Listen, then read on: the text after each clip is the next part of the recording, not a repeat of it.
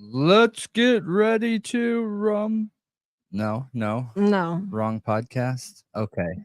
Welcome everybody. Welcome everybody to another episode of the True Crime Talk Show brought to you by Thought Riot Podcast. My name's Brendan. And I'm Malia. Welcome to the show.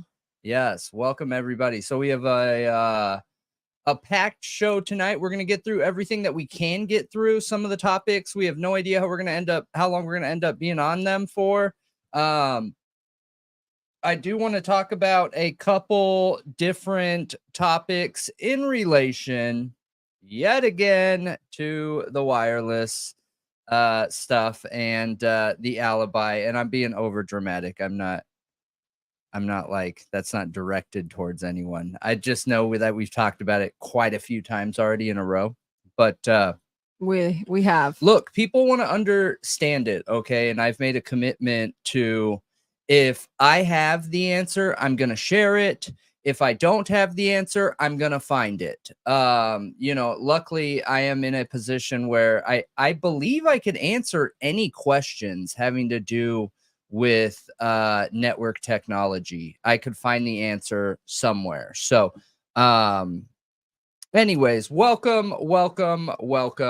We are going to talk about a little bit of Karen Reed, a little bit of Idaho 4, a little bit of Bryan Kohberger, a little bit of Sebastian Rogers, and everything in between.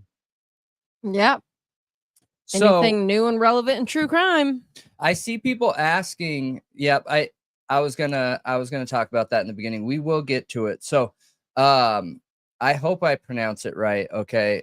Pavarotti, and some people left quite a few comments letting us know that he did a video asking a question in relation to cell phone technology, and I just watched it like literally a couple minutes ago. So yeah, I figure we can watch the second half of that.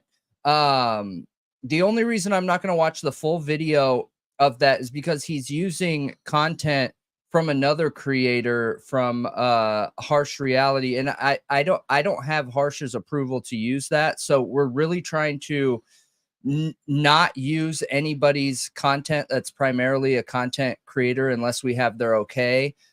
We try to stick to mainstream media, and I just don't have his approval. That's the only reason why I'm not going to show the whole video. I'm going to show the second half where he asks the questions. So and I assume that's okay since he's directing it to us. I guess he didn't necessarily say 100%.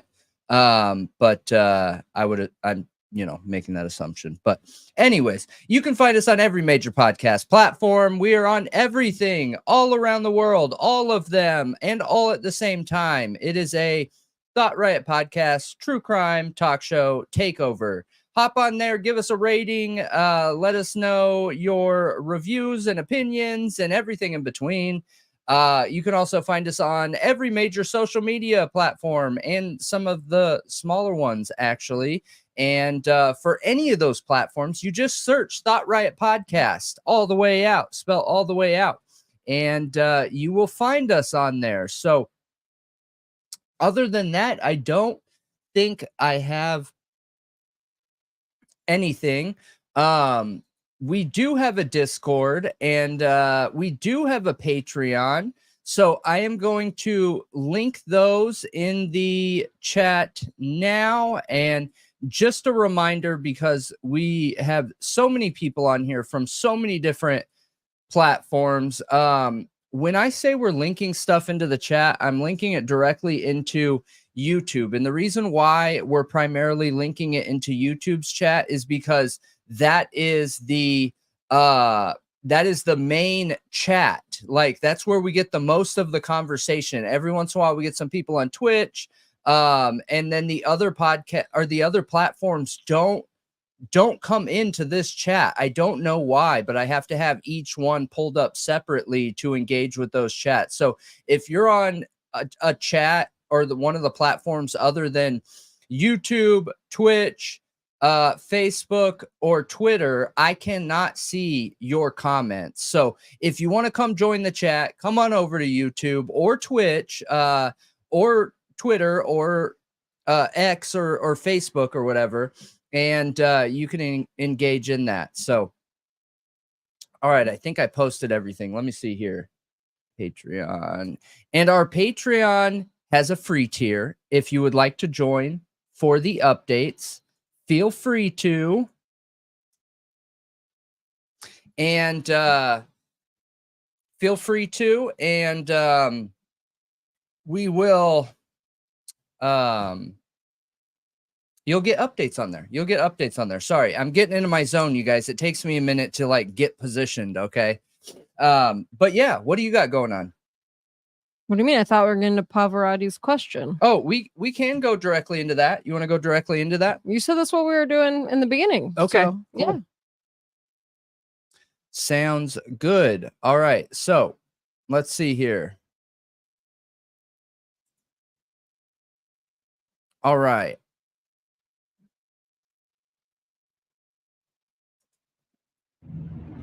Okay, so in that hearing, they discussed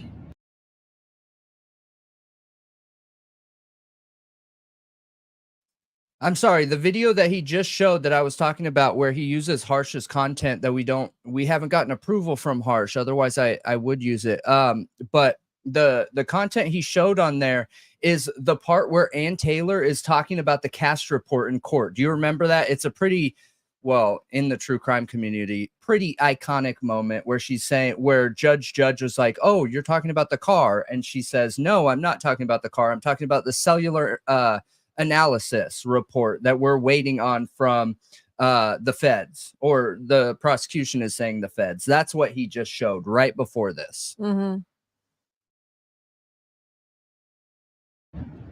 that the defense had some of the information, some data on the cell phone towers and the cell phone itself, and they were needing the rest of the data from the cast report. And you'll notice that she said that she was going to receive the rest of that data after March 31st.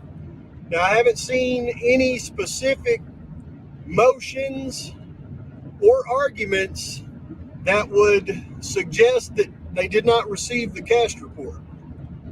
So, and I know that's what a lot of people have suggested, is they haven't got the cast report yet.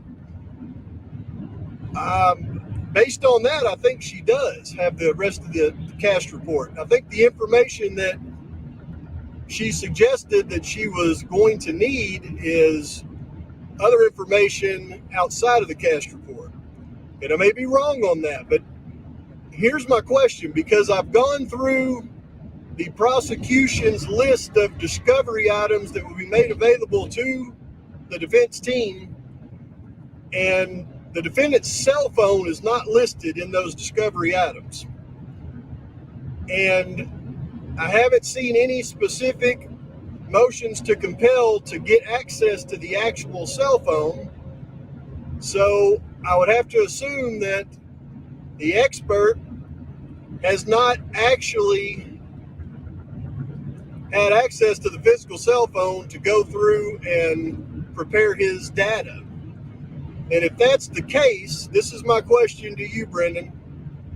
If that is the case, is the defendant's expert relying on the information gathered by the investigation solely to put together all of his information? So in other words, instead of him doing an independent study, is he having to take the prosecution's investigation, all of their data, and do an independent analysis on that, if that makes sense? So if that's the case, when it all pans out, it'll be an expert versus expert type scenario. You also heard in that court hearing, and it was kind of a side comment by Ann Taylor. She said, unless, Judge, we find video that shows the defendant's car somewhere else, and I just haven't seen it yet because I haven't received all of that discovery. And it's my thoughts that in the actual alibi statement, when they talk about the exculpatory evidence that may not have been maintained or is being withheld, it's that exact video that she's referring to there. But I may be wrong. Again, my question to you is, have you seen anything that indicates that he had actual access to the cell phone, or is he simply using the data from the investigation that, you know, the law enforcement, FBI used to come up with their data to arrest Mr. Kohberger? Is he looking at the same data and coming up with his report, or has he actually looked at independent data? So hopefully you don't mind addressing that question. And thank you if you do. If you don't, I understand. You're busy. Y'all are doing good. Folks, please, at this point, please like and subscribe to the channel. Please post your comments, post your criticisms. And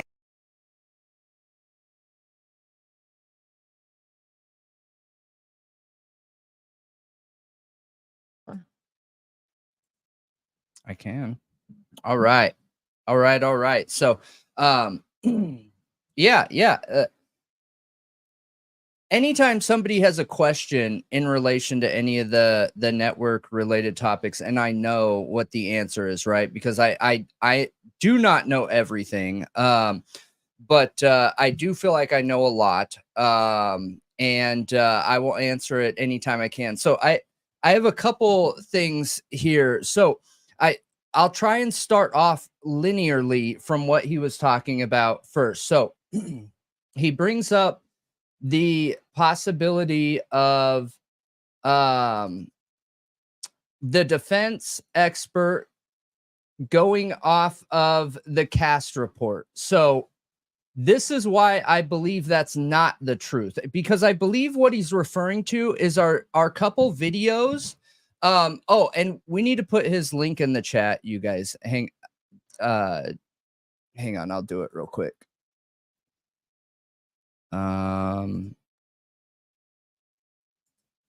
Before I get into that. So, okay. And if Harsh watches this video, just know that's not like a thing that we're not showing that part. Some people just got mad at us in the past for using their content on the screen without having an okay. So we've been trying really hard not to do that, except for mainstream media sources. And that's the only reason. So, okay. So there is his link. Now, going into what he was talking about. Okay. So this is the alibi. And one of the things he brings up is that he was led to believe that the defense expert is going off of the cast report information. Okay, so I did want to mention real quick that it is interesting that the deadline for the cast report was April 7th, and this alibi was filed exactly 10 days later. Yeah. So they were supposed to get the final draft of the cast report on April 7th. Understood. I understand that. And that's why I think what the connection he's making is a very fair connection there. I do too. One thing that makes me believe that's not the case is this last part of the alibi here, where it says additional information as to Mr. Kohberger's whereabouts as the early morning hours progressed, including additional analysis by Mr. Ray, will be provided once the state provides discovery requested and now subject to an upcoming motion to compel. If not disclosed, Mr. Ray's testimony will also reveal that critical exculpatory evidence further corroborating Mr. Kohberger's alibi was either not preserved or has been withheld. And I'm glad that Pavarotti brought that up, because I think we jumped into the assumption the other night that they didn't have the cast report without explaining why. Yeah, we believed that. So I'm glad he brought that up. But that is the reason, that is the main reason right there why I don't believe that they are using the cast report data. Now, that does not specifically say cast, and I understand that. The reason why I believe that is because of this and the experts' experience. The experts' experience and background experience is to locate individuals essentially using open source data. Open source data is based off of one of the videos that you did, or one of the topics that you brought to the table, where we're talking about fog data science, and that anyone, it's an important video, you guys. Anyone with the cheddar can get anybody's location. Near real-time tracking. Yeah. Yeah. So, I assume what's being talked about here, based on the experts' experience, the ending portion of the alibi, and understanding that fog data science and other companies related have full access to background tracking information. And that background tracking is not cellular tracking. To be clear, CAST is the only report that you're going to get the cellular tracking from. I thought CAST could be a blend of any data, including GPS, cell triangulation, and various other things, So like connectivity CAST to can. Bluetooth. And CAST can and will be all of those things. Yes. But if you're not using CAST, then you're only allowed to have a certain amount of information. And why? And tower technology is not one of them, because that's considered private information, because it's subscriber based. Not anybody's allowed to go in and see people's subscription based data. So then why can CAST? You own it, because the only reason CAST gets it is because they have a warrant. A federal warrant. Yeah, so or state warrant in this case, and then the feds are just the ones managing. But wait, anyway, who are you claiming couldn't get it? The expert? correct. If the defense doesn't have it, that expert doesn't have it. And you're saying they couldn't get a warrant to get it? Who? The defense? The defense. No, the defense has to get all discovery from the state. So if the state doesn't have it, the defense cannot have it. Yeah, but they turn over discovery to the state too if they find anything. Yeah, but they can't issue warrants for cellular data. But since it's Bryan Kohberger's data, can he get it without a warrant? No, that's not something that's issued. Okay, now what if he allows the defense access to his actual phone? Yes, but that's not going to give cellular data still. It's only going to give like GPS and stuff. Yep. So for anybody with a cell phone out there that's watching us, I think we're already at 1,000 people. So on your cell phone, and I'm curious for other countries, because we have quite a few other countries that tune in now. So for your cellular data, you cannot log into your account and ask your network provider of any kind, whether it's cellular, whether it's a sat phone, no matter what it doesn't matter what it is. You can't log into your account and request all of your triangulation locations for the past 30 days. Like, that is, you will only get that through a warrant. Does that make sense? Yeah.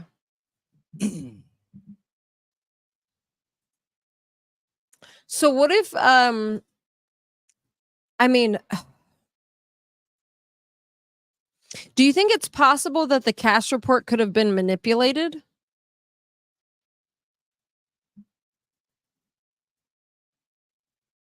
No. Why not? I mean, considering who they're having on, you know, this expert, if it was manipulated, you'd think he'd be able to call it out. So.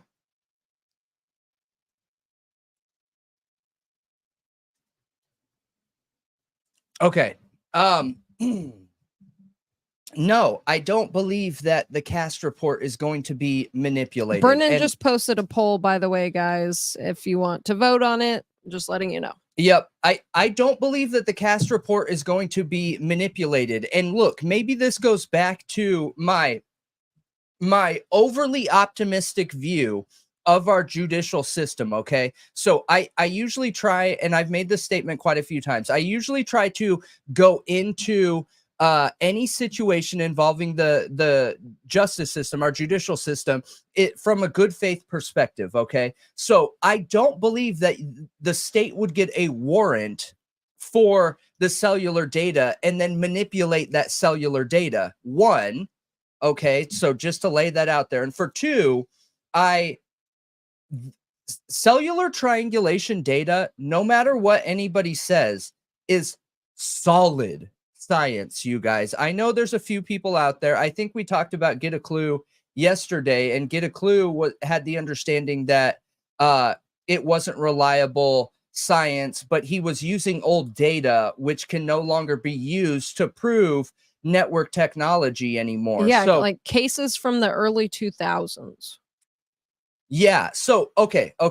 That's like 2G era. I can, yeah, exactly. I can explain that a little bit more, and then we'll go back to this. But any cellular reports, and not even cellular, any network, okay, any network reports and information that is pre-December of 2022 is null and void. None of them matter pre-December of 2022. December of 2022 is when the network effectively changed into, I forget what generation it is. I think it's the 5th generation network in the US. Yeah, but that includes this crime within that timeline of the old generation. No, it doesn't. Because remember, this crime happened in November. So 3G wasn't shut off in December. Like in December, it was turned all the way off. But the 3G removal process started in 2021. It took a whole year or more to get all the devices off of the 3G network so that they can,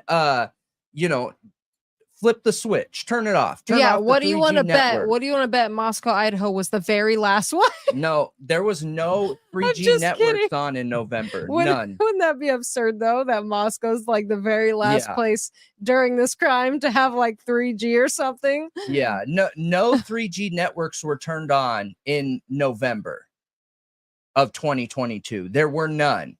Zero. Zip. So when it comes to content creators that are trying to learn about this technology, I'm all about that. The whole point is to go out there and for us all to learn ourselves and promote self-taught learning on any of these topics, right? So I'm never putting anyone down, but you've got to understand the premise. You got to understand the basis of the equation to be able to do an equation, right? To be able to do the science, to be able to conduct the science. And anything you're lucky. You might as well say 2023. Okay. So it's December of 2022 and on is the only reliable information on cellular technology when it comes to this case. And here's an example. Okay, so 2G has been turned off for a very long time.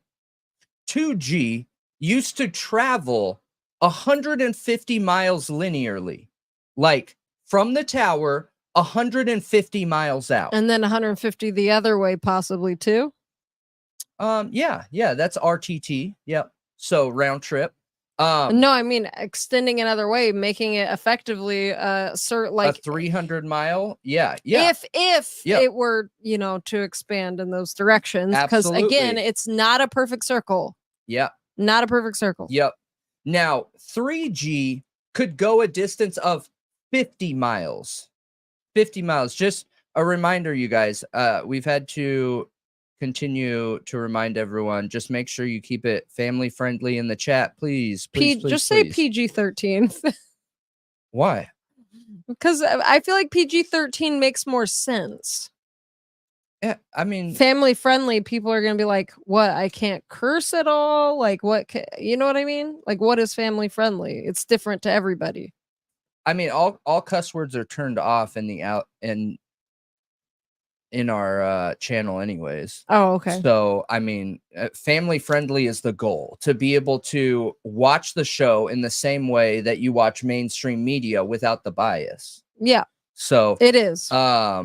So make sure the chat stays that way. I'm already having to turn the chat off when we post the videos, you guys. But and you know, maybe we'll do some, maybe we'll make some content where we have, you know, all the guards off, but not on here. So anyways, going back to what I was saying, and then we'll get back to Pavarotti. So 3G network, right? 3G could effectively go 50 miles linearly. Okay.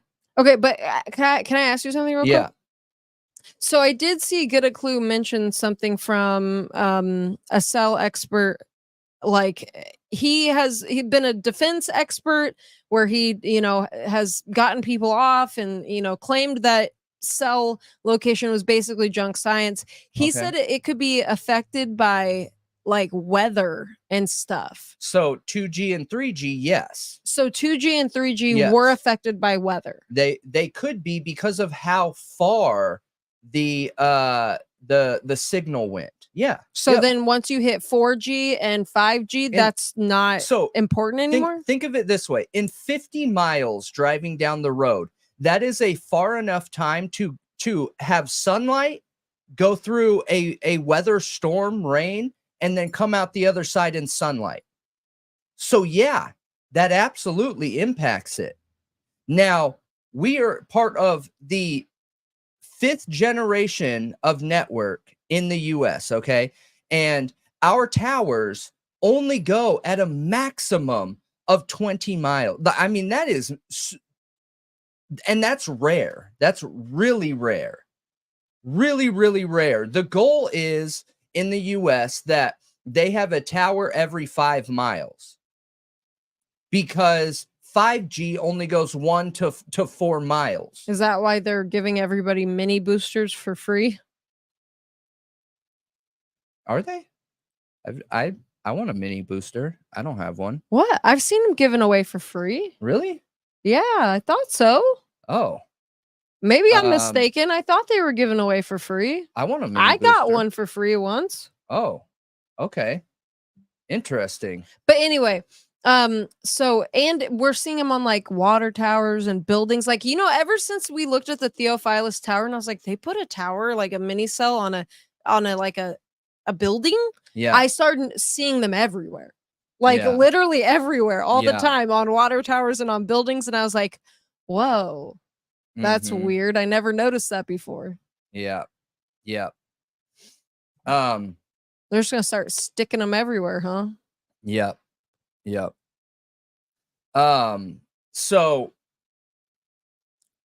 but anyways, yeah. So I just want to clear that up. Again, I want to be very clear, you guys, when we're talking about other content creators, I have really enjoyed Get a Clue's content. I'm not trying to disprove anybody. And the one downside to technology and networks specifically is how fast it grows. Okay. And I want to remind people that every major terrorist that the US has taken out or arrested or stopped or prevented, do you know where that evidence has came from to be able to apprehend them? You mean how they located them? Yeah. Cell. cell phone technology, not GPS. GPS is used for social media tracking because all your metadata has your GPS Latin longitude, unless you're using, you know, a software that changes that. But when it comes to cellular triangulation, that is the more reliable tracking. Interesting, right? Yeah, it is interesting. So, and I wanted to like, so even though, say, you're connected to one tower, like, could you in now, like in 2022 when this crime happened, could Bryan Kohberger be connecting to a Moscow tower? Let's say the Paradise one, and be all the way in Pullman. The Paradise Tower right? is the one that is down to the southeast, right? It barely covers the King Road residence. Then no. Yeah, no. It's a good distance away. It's definitely more than 20 miles. Yeah, that's I would think, anyway. That's a no. Now it might be right on the edge, but what's interesting that most people don't know is you can actually adjust your phones to prioritize 4G LTE and not 5G. So technically, you could make your network connectivity, or your cell phone in this case, connectivity and information go up further than what the standard is. However, I still don't believe that is far enough to connect to that Paradise Tower all the way up in Moscow. Not Moscow, Pullman or Huawei. However, have I pulled up the map and looked at it from a linear mile perspective? No, I haven't. So could I be wrong right now? I could be, but the one thing I do know is when we did the investigation into the cell tower using the FCC's tracking on cell phone towers, none of them passed the state line from the Moscow side, from that Paradise Tower. Yeah, I have another question for you, but I'll wait till you get back to Pavarotti's thing. Okay. So on Pavarotti's question, okay, that's why I believe they don't have the cast report. That is also why I believe that all these people talking about cell phone triangulation in relation to Bryan Kohberger's alibi it's a red herring. I don't think these content creators are trying to create a red herring. I think that the information itself has created, a pinch point, and because there's a lack of experience or knowledge out there, and this case has been so heavy in cell phone triangulation, I think a lot of people are assuming this expert is going to lean on cell phone triangulation. I don't believe that's the case because of that statement at the very end. I don't believe the defense has the cast report. And I don't believe this expert is primarily a cell phone technology expert. You don't think he's a cell phone technology expert? No, I think he focuses more on RF tech and GPS. I do. It said he's a CSLI expert. Yeah, but CSLI can be an umbrella term too. And the reason why I'm thinking that is because, again, this goes back to cell phone technology is not OSINT. Okay, OSINT is or OSD. OSINT or OSD is open source data or open source intelligence. This is data and information that is publicly available to everyone. You can't create that company using cell phone triangulation. That is not open source information. That is private information that is not accessible to everyone, meaning his location company, his geo-blended GPS data company has to use OSINT. You know what is OSINT? Open source data? GPS, background application, fog data science. That is open source technology, or open source data. I'm sorry. Just meaning that it's public information. It is publicly accessible anyway. Exactly.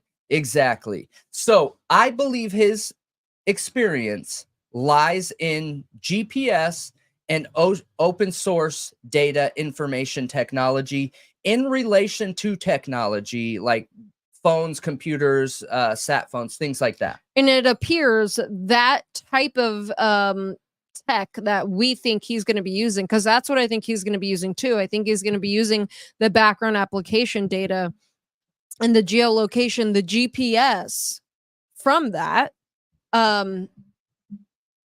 That seems it would possibly be much more reliable in this situation. Specifically, because cell phone, from everything that I've seen, it doesn't appear to me that cell phone triangulation is junk science or unreliable. It appears it only is unreliable in areas where there's not enough towers. Now, I would say it was junk science in 2G and 3G timeframes. Okay. Because, and again, it's not junk. Actually, let me reword that. I wouldn't call it junk science because it gives real, hard, concrete, factual data. However, the landscape and the distance that 2G and 3G coverage went was too broad of an area to be precise enough to matter in court. That's a better explanation. But the data is, so when I think of junk science, I think of science that is subjective in nature, that one expert can look at it and say, you know what, this is saying this, okay? Mm-hmm. And then another expert can look at it and say, you know what, this is saying this over here, right? Right. Well, cell phone data is not subjective. It is not subjective. There are mistakes. There are flaws in it, like every science out there. You will never find a science that is flawless, okay? There are always going to be science experiments and science tests that have a flaw in them, need to be repeated, need to be redone. But cell phone technology gives you hard, concrete, numerical values. Yeah. So, and it looks like we got a super sticker. That is awesome. Translucent. We appreciate you. You got to go to that. Star to, yeah, there you go. All right. Thank you. Yes, thank you very much. But here, I'll open the Q&A for you guys too. So if you have any leftover questions, dismiss my complaining earlier about the cell phone technology. I say that joking, understanding that when I was thrown into network technology, I had no idea which way was up for multiple years. Like I felt totally and completely lost trying to learn network technology for multiple years. Mm-hmm. It was so much information and so different from any science that I've ever dealt with before that's why I try to be understanding and open and share things and repeat things and reframe things and give multiple examples, because no matter who out there thinks they can simplify the science, there is no way you can just simplify it. If you simplify it, then you're leaving out really important aspects to it. And there's another thing that changed from the 2G to 3G time frame too. Okay, well, before you go into that, Marietta asked, so does this defense have access to his cell phone? That's what I'm asking. And I think that was kind of the root of Pavarotti's question or Pavarotti, are they using data from his phone? So separate data than what the state and prosecution have provided, Hang on. or are Where they is using the same exact data that the prosecution is using to track him and claim that he's been in this area before? And all the allegations they've made in his locations with that data, are they using that data to try to disprove? Well, here's the thing. Pavarotti, there's no way they can use that information from the cast report, if they have it, for the time of the crime, because they're alleging he wasn't connected to cell towers during the time of the crime. That's what the state says, unless they've changed. Again, this is a sealed case where we don't know a lot, but unless they've changed the way they are claiming this all happened, what they laid out in the PCA is that there was no connection. Not that his phone was off, okay? It never says his phone was off, but that he wasn't connected to any towers. So if they don't have any data during the time of the crime when it comes to his cell phone, if the state doesn't have that, then clearly that's not what the defense is using, which is why I ask the question, are they using his phone? Or are they using, did the state get background application data through warrants, and it's a new narrative is I don't know, coming forward? I don't know. It's kind of confusing. It's like, I understand why it's hard to understand. Like, is somebody lying here? Is somebody just making things up and pulling things from thin air? I understand why people feel that way, because you're like, how can one expert say this and the other experts say this? But the thing is I think they're going to be using two different technologies to be able to place him in areas. I agree. And they may not even try to debunk what the state is alleging with him being in the area 12 times. They just may say, yeah, he was in the area of like a 3-mile radius, maybe. You guys can't pinpoint him to the door, to even that neighborhood. You cannot pinpoint him. They might cast doubt on that information and then pull data from his phone, from background apps, to say where he was during the actual crime, because they don't have any data on that. That's kind of what I've been wondering and thinking about this whole time is, well, how do they have this data? Was it in discovery the state handed over, or is there a way they accessed his phone and got coordinates or longitude, latitude from his own pictures? Because they mentioned pictures in that alibi. They can look at the metadata on those pictures and see if there was a location attached to them. There's many things they could do themselves without a warrant to try to locate him during the time of the crime. Well, if his phone was on. That fog data science is very important aspect of that. And another thing that is ran off of background application data. It is. So Pavarotti says there's no warrant anywhere for Bryan Kohberger's phone. We've never seen a warrant for his actual phone. Well, I think that there could be. That's sealed. There are definitely warrants in this case we have not seen because they're sealed. But could there not be one because he had a 6-digit PIN and not Face ID or, the fingerprint or retina, where he can't get through it? Apple will not give where that information. Law enforcement can't get into his phone because Apple will not let them. Nope. A warrant won't even get them into it, and they already know that. Yep. And if he's smart, he would have a 6-digit PIN. It's part of the reason why the federal government keeps lawsuits on Apple, because they don't like the fact that the feds came to Apple and was like, hey, we need a back end into your operating system. And Apple was like, there's the door. Yeah. But if he gives the defense access, if he gives his lawyers the code, the only thing with that would then become discoverable to the state. Exactly. And I was thinking about that because that's what I said yesterday, jumping to conclusions, right? Was that, look, if he has an Apple device and a 6-digit PIN, not 4, a 4-digit PIN can be called what we call brute force attacked, where you hook it up to a computer system, excuse me, and it runs the likelihood and it essentially breaks into the phone. Okay. It needs to be a 6-digit pin. If he has a 6-digit pin on his phone and he does not give that pin to the prosecution when they're arrested and they're like, hey, we got a warrant for your phone. You need to unlock this. And he's like, oh, shoot. Sorry, state. I don't remember my pin.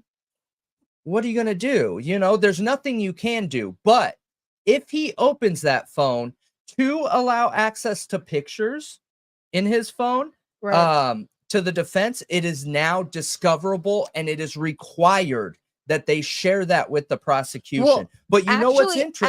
Actually, I don't think they have to unless they are going to use it as evidence. The only time it would, because there's lawyer if client there's a warrant privilege for that phone, yeah, they do have to. No. If there is a legal warrant for that phone and he unlocks it for the defense, they legally have to give it to the prosecution. Andrea Burkhart, if you're listening, please answer this question.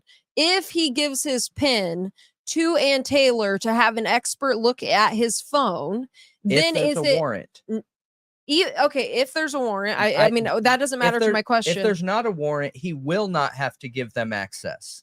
Okay. If there is, he will. Okay, but they don't know about it unless they're told about it. And he has lawyer-client privilege. So I'm wondering if they don't plan on making it just like, if they don't plan on using it as evidence in court, do they have to hand that over even if there's a warrant or not a warrant? I don't know if that makes a difference, but please tell me if it does.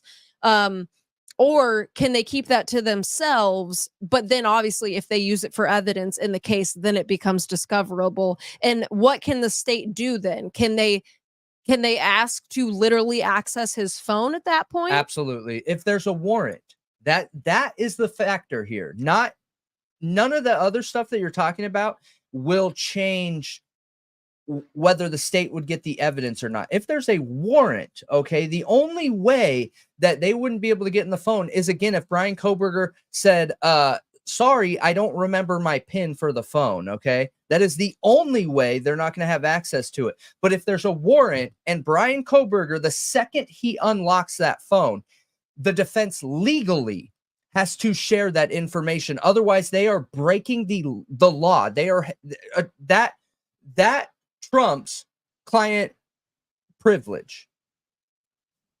A warrant does. If there's a warrant for information and the defense has it, or I'm sorry, a warrant for evidence. There's no such thing as a warrant for information. If there's a warrant for evidence, the defense cannot hide that. That is illegal. Extremely illegal. But yeah, it's definitely interesting. It's definitely interesting. The state is required by law to provide exculpatory evidence. However, it's based on a good faith basis, meaning that they can have plausible deniability. Like cops could just not turn that over to the prosecutor and then they wouldn't know about it. They wouldn't even know it exists.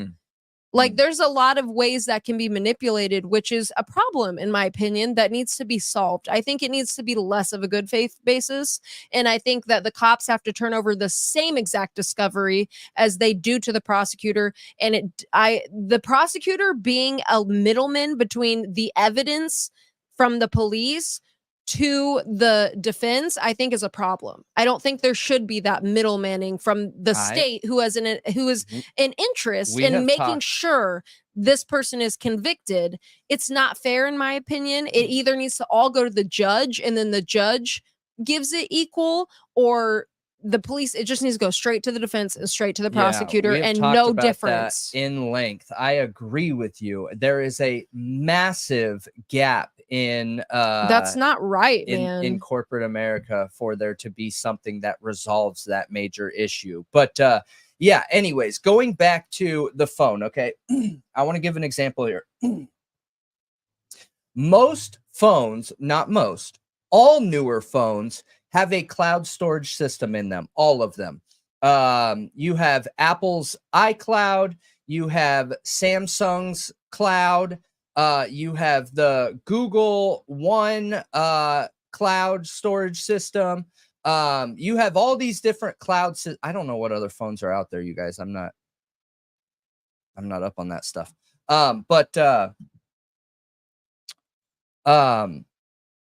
Could he keep his phone locked, but then log into his iCloud and give access to photos and background application data to the expert? And that is a massive yes. Huge yes. That is totally possible. 100%. So not give access to his phone with the PIN, but log into his iCloud. Yep. And not everything Google Drive, always things like that uploads to your cloud. It's Right. only what you have turned on. Right. So, and just a reminder, you guys, we have a poll open right now asking how comfortable you are with GPS and cell data. We also have a Q&A, and we got a couple thousand people on here between the 7 or 8 places we're streaming on. For anybody that sees us answering questions in chat, in the polls and things like that, we don't have those up on the screen. But if you would like to come hang out and join in the chat, you can go to youtube.com, no matter what country you're in, right? .com, and search Thought Riot Podcast, spelt all the way out. Search Thought Riot Podcast. You want to know something interesting that's way out of off topic? So and I am not making this claim, you guys. This is not my opinion, okay? So many people believe Get a Clue is law enforcement, okay? What? Now, Get a Clue. Really? Yeah. Get a Clue's account was opened on. Wait, hang on. I can tell you by.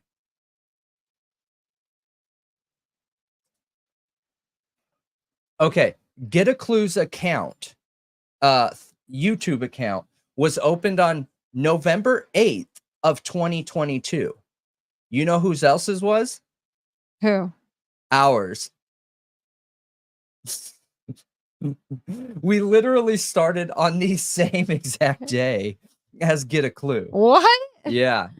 A lot of people have brought that up, and I've seen you guys bring that up before. I've just never talked about it. But since we were talking about Get a Clue for a couple days in a row, I thought it was funny to bring that up.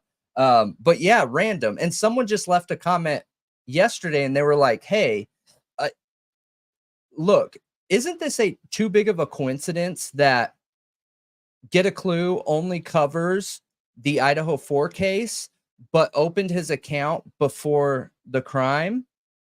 So I think that's just a major coincidence. Okay. That could be the first time he ever came to YouTube and was just checking it out, and then this caught his attention or whatever. But isn't it a massive coincidence that we started literally the same day he did? And we both talked about each other. I don't know. I think it's a pretty dang big coincidence. I was shocked by it. I only came across Get a Clue because he mentioned us once, and I was like, and we were still pretty small at that point. Yeah. And I was like, oh, someone mentioned us, you know? Yeah. And yeah, and then we just went from there. You know, I appreciate his insight, and you know, I think he's a very deep, you know, critical thinker. And that's something I always appreciate in a person. Oh, but yeah, absolutely. It is odd. We started not in true crime though. Yeah, absolutely. We didn't start in true crime. So we've Nope. only been at true crime for about a year, I think, right? Yeah, I think about a year. So I love politics. I won't get too far off course here. I love politics, you guys. I love talking about politics, and I like everything to do with it. I like the argumentative nature of it. I love the debate. I love everything about it. So when we started as a variety show talking about politics and true crime and, you know, just current events. Yeah, current events. Yeah.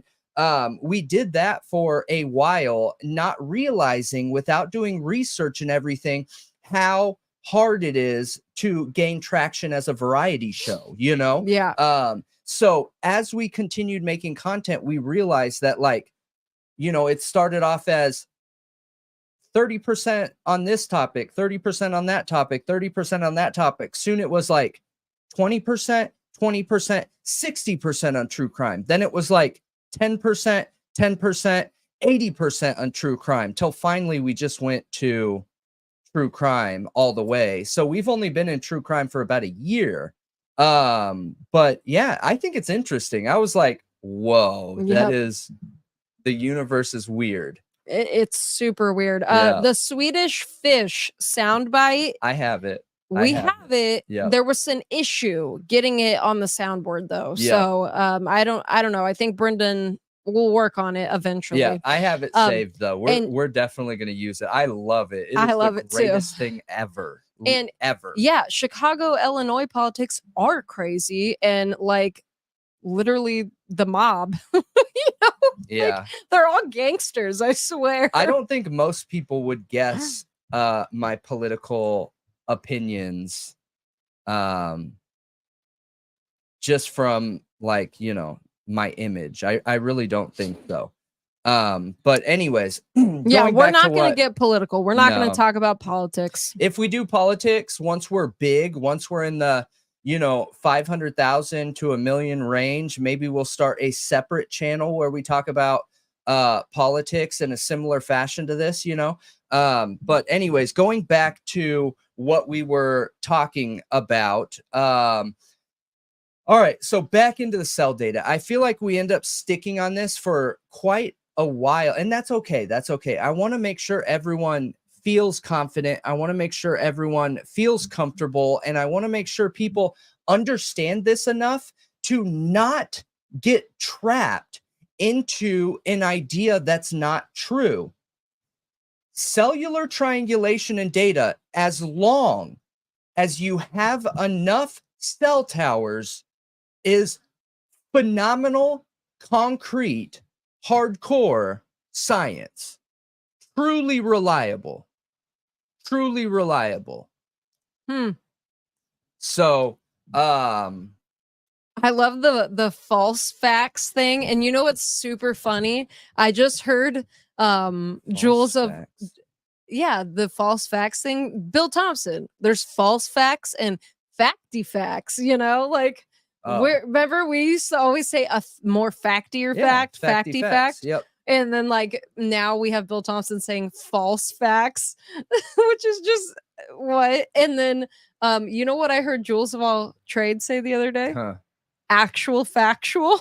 Oh, dude, I've said that so much. I love that. That's one of my favorite terms. I love actual factual. She said it the other day, and I was like, she had to have been watching some of our content. No, I think a lot of people say that. I think a lot of people, I never heard that before. I've you said said it my that. whole life. I've always said actual. You're factual. the only person I've ever met who said that. Oh, really? Maybe it is like an area where people say that, or I don't know. Yeah, I've never heard people say that.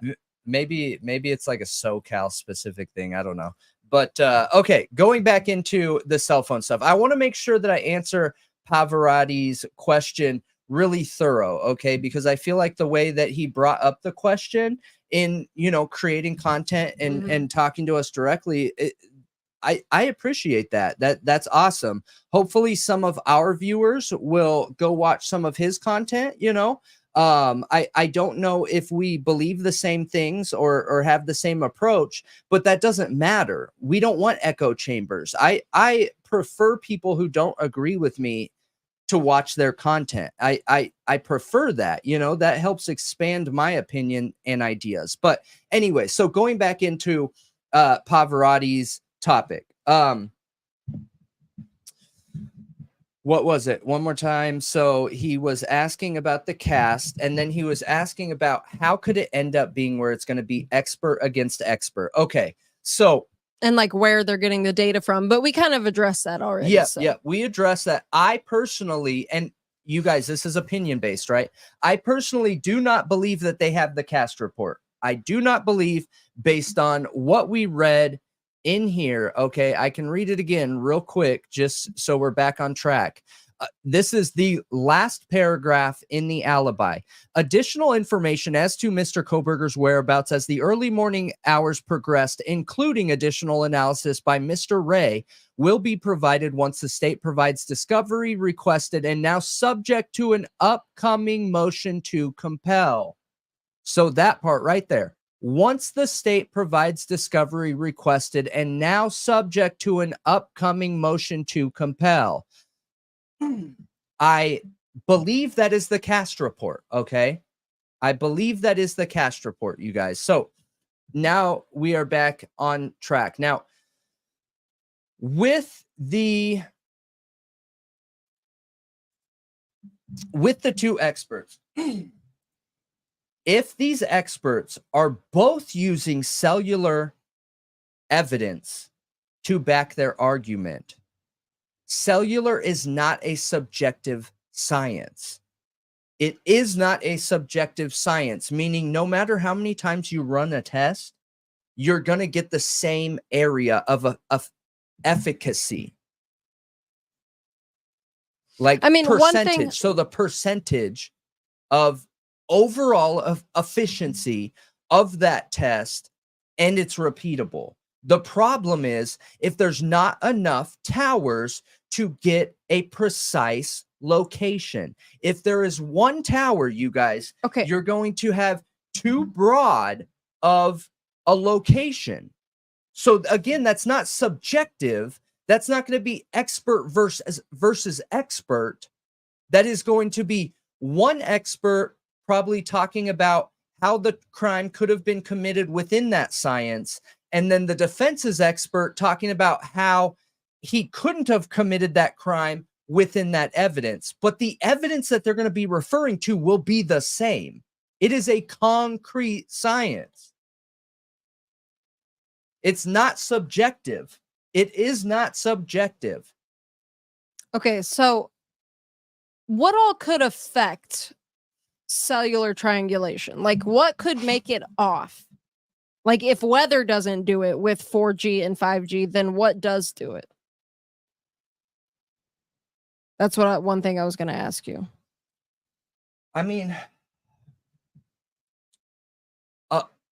mainly metals, okay? That's the biggest impacting factor. However, any material can. Wood can, being inside a building can, a heavily populated area with not enough towers and too many people there can affect it. Like overloading a tower, that can affect it.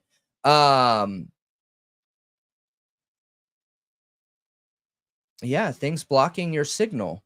Other signals can block it. Well, not block it, but impact it.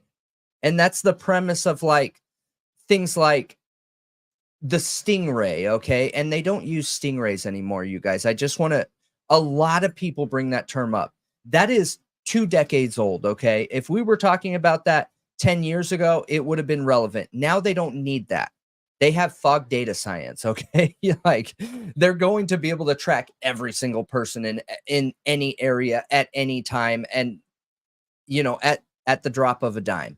But what Stingrays did do, let's say there was a riot going on in downtown Chicago, okay? Or a get together, and the feds were worried that it could turn into a riot. All right. Mm-hmm. One of the things to prevent that and hold people accountable is to find out who is there in that area.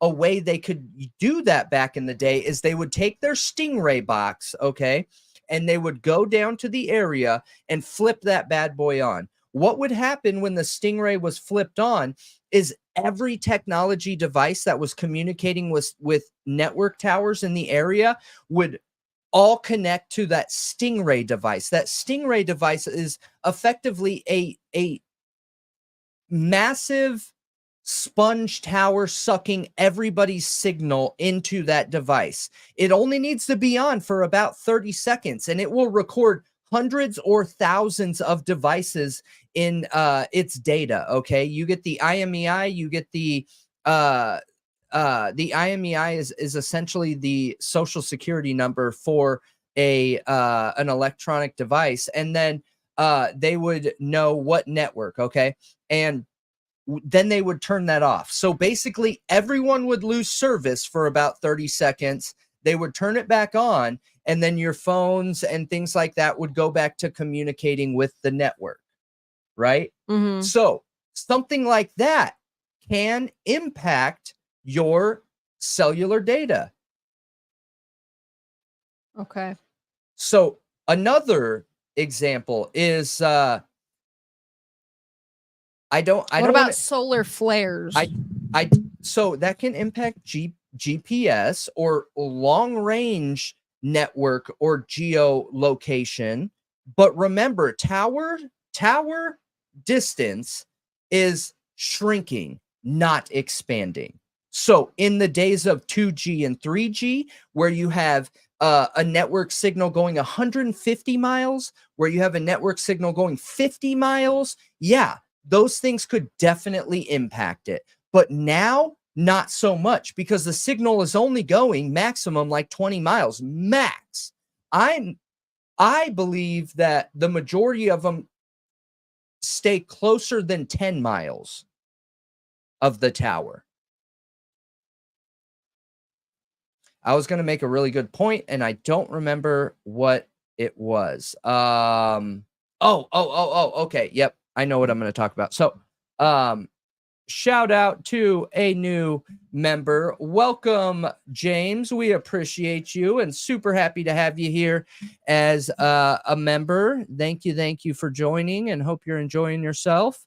And then James also coming through with a super sticker. That is incredible. Thank you. Back to back supporting us. We appreciate that a ton. You are awesome, Yes. and we are super happy to have you here.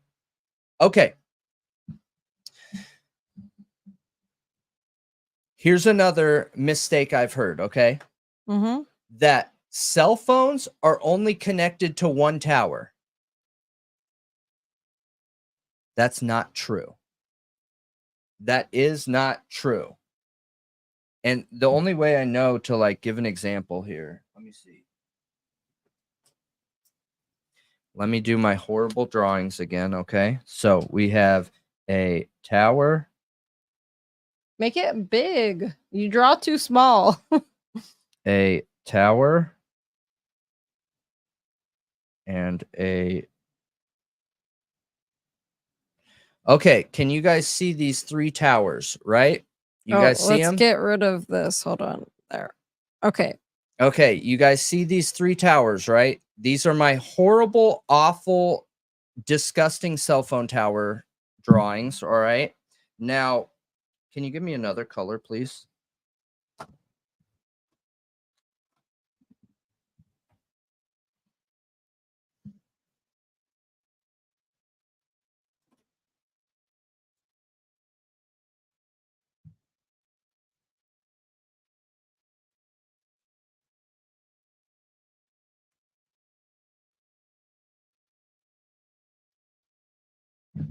Where's the phone? Okay. Okay, this is the phone.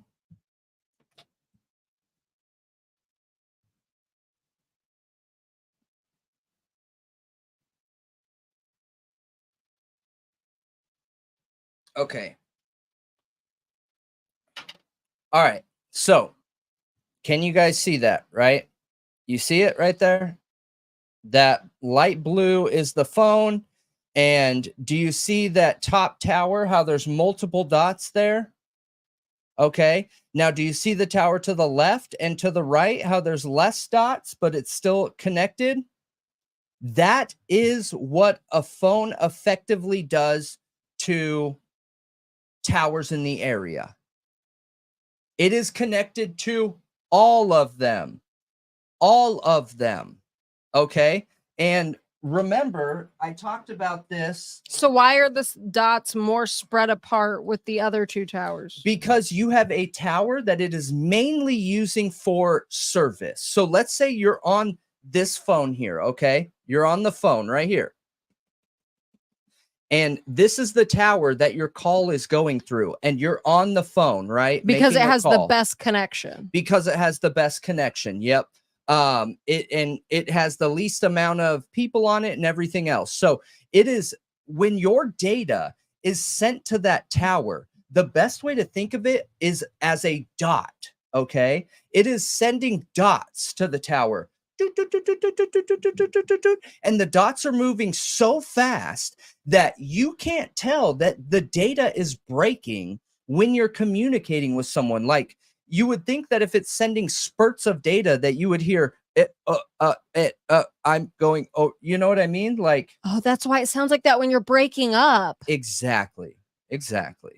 That's exactly it. It breaks But- up like that. exactly. Oh, okay. But it does it so fast that we can't hear a difference. Okay. Okay. Now it's sending the same spurts and dots to other towers, all of them. If this phone right here is by 30 towers, it's going to be doing it to all of them. Yeah.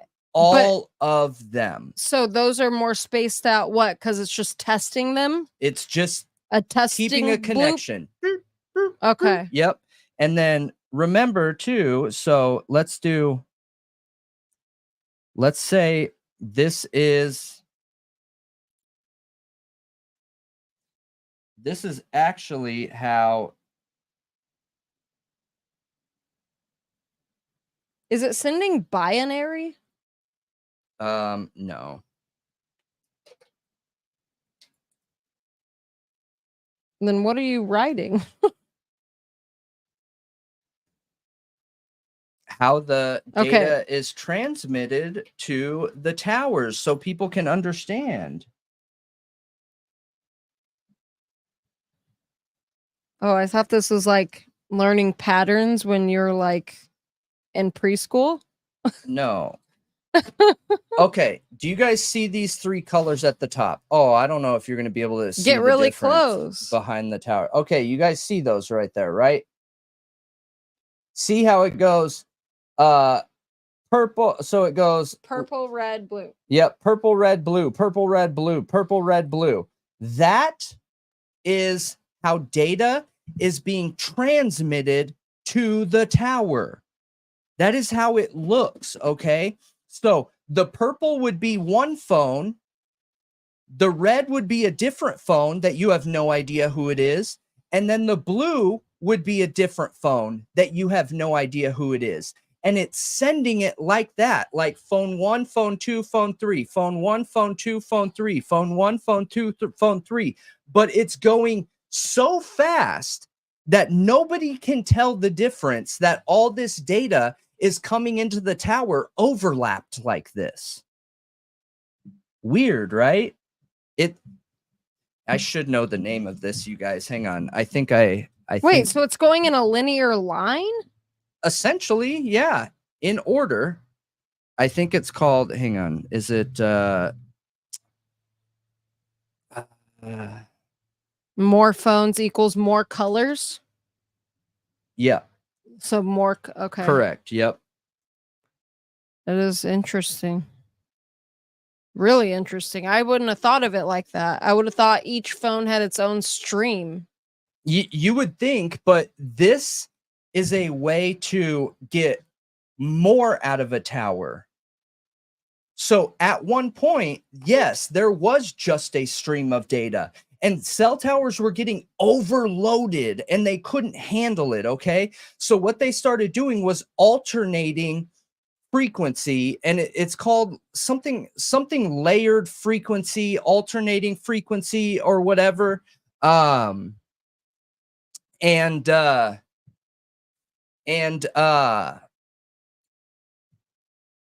It works more effectively. You get more information, more data, more details, more everything. I know we had some things come in here.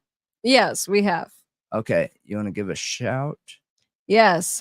Thank you, James. It says respect and appreciation for you all always. Thank you for the $10 super chat. That's super awesome, and we appreciate you too. You know, we want everyone to understand. Like, I still, like, obviously don't understand all of it, and I want to expand my own knowledge. Like, that's really the goal of the podcast from the beginning, was just to like come on here and learn with people, like, Yeah, expand knowledge, learn, and we kind of learn as we go with all of you. But obviously this topic he's all experty and stuff, you know, in this topic. So yes. But anyways, so using that example, you guys, that would keep everybody. Did you read that? Respect and appreciation? yes. Oh, okay. Yeah, thank you. But that keeps everybody connected to the towers at all times. And people are saying modular frequency, phased array frequency. People are trying to figure it out. I think that it's layered alternating frequencies is what it is. I think that is the basic terminology for this science, is it's layered and alternating. But I believe that there is a more precise word for it. But it is essentially multiple layers of those lines being sent into the tower with alternating frequencies of groups of devices. So anyways, like what I'm getting to here, you guys, is that this science, again, is reliable. It is a reliable science. It's just all going to depend on how precise it can be based on how many towers they have in the area, you know? Yeah. I wish I knew if they had his phone. One thing that I was going to bring up that I don't want to show this on the screen because of the model numbers and things like that, is so for going back to Pavarotti, he asked about the phone. Okay, they picked up a phone. It's not in any of the documentation from Moscow, Idaho. It is from PA, Pennsylvania. Okay, yeah. And that's where he was arrested. Right. And in Pennsylvania, they have their list here. So just in the first in the first 10, we have knife, book with underlining on page 118, which I'm interested what that is. What's underlined in page 118 in what book? AT&T bill for Bryan C. Kohberger. Glock 22, Smith & Wesson pocket knife, folder containing vehicle paperwork, Acer laptop, green leafy substance in green container, documents, green leafy substance in plastic bag, white paper with password, power cable, and cell phone. Cell phone. So they have his cell phone. They have his cell phone, and we broke all these details down in this document that we have, you guys. And I believe it was over 10 electronic devices, right? Wasn't it? It was a lot. I don't remember. I think it was over 10 electronic devices between phones, computers, tablets.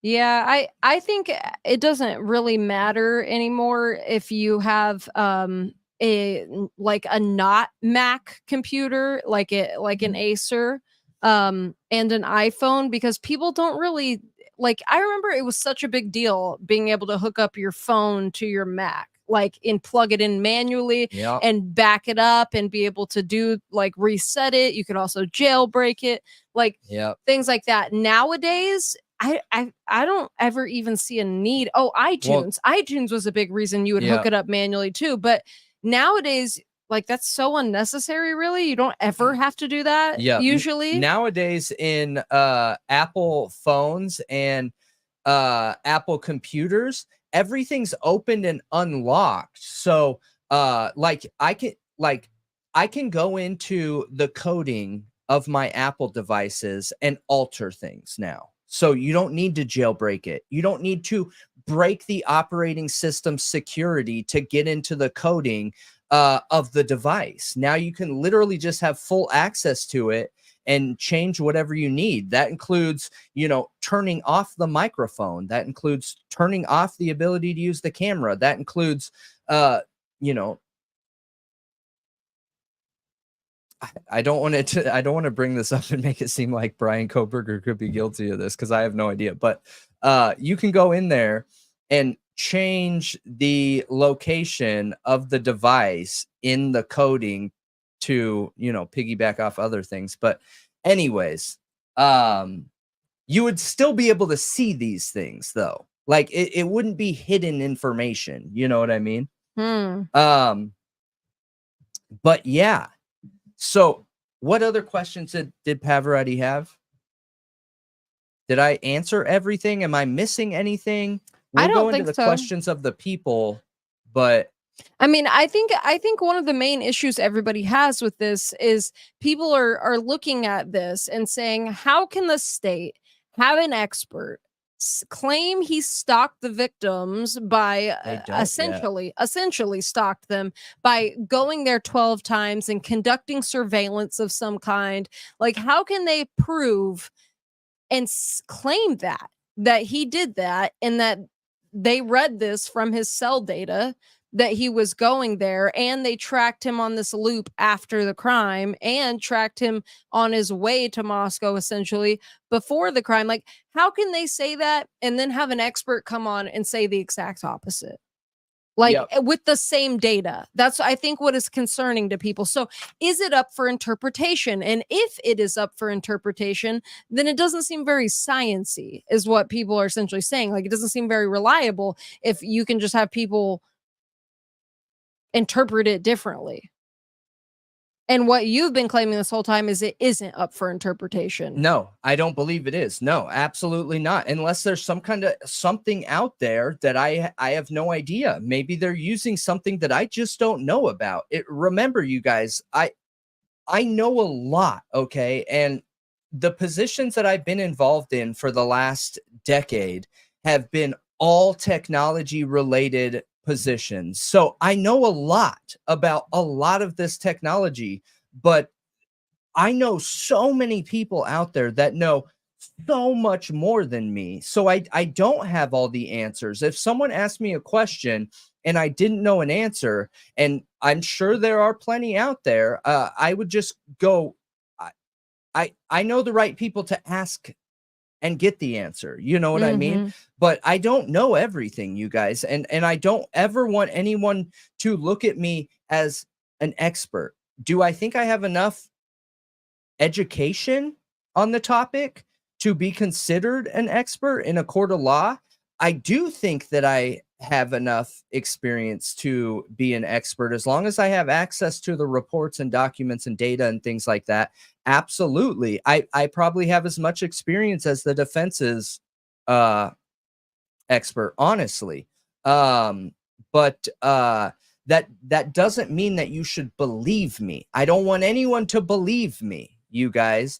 I just want to be able to give enough information for people to do searches on the internet and find out their own answers. You know what I mean? Yeah. Does that make sense? I hope. And remember, you guys, so we have a couple thousand people on here. If you want to engage in the chat, if you want to engage in the Q&A on Cellular, so the question is, do you have a network or cellular related question? If you want to submit a question, you've got to go onto youtube.com and search Thought Riot Podcast. And you can find the chat on there, and you can find the Q&A at the top of the chat. And then we also have a poll up right now too, that do you understand the difference between GPS and triangulation? 52% say yes, 19% say no, and 29% say kind of. So that's really interesting.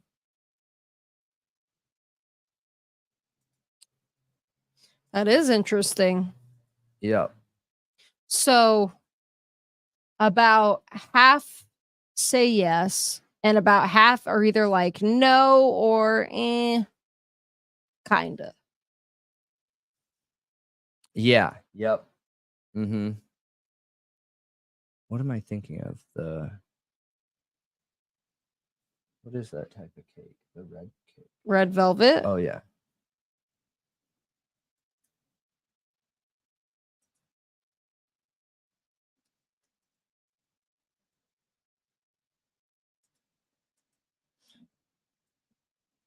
All right. What? You got to add Snickerdoodle. Snickerdoodle's my favorite.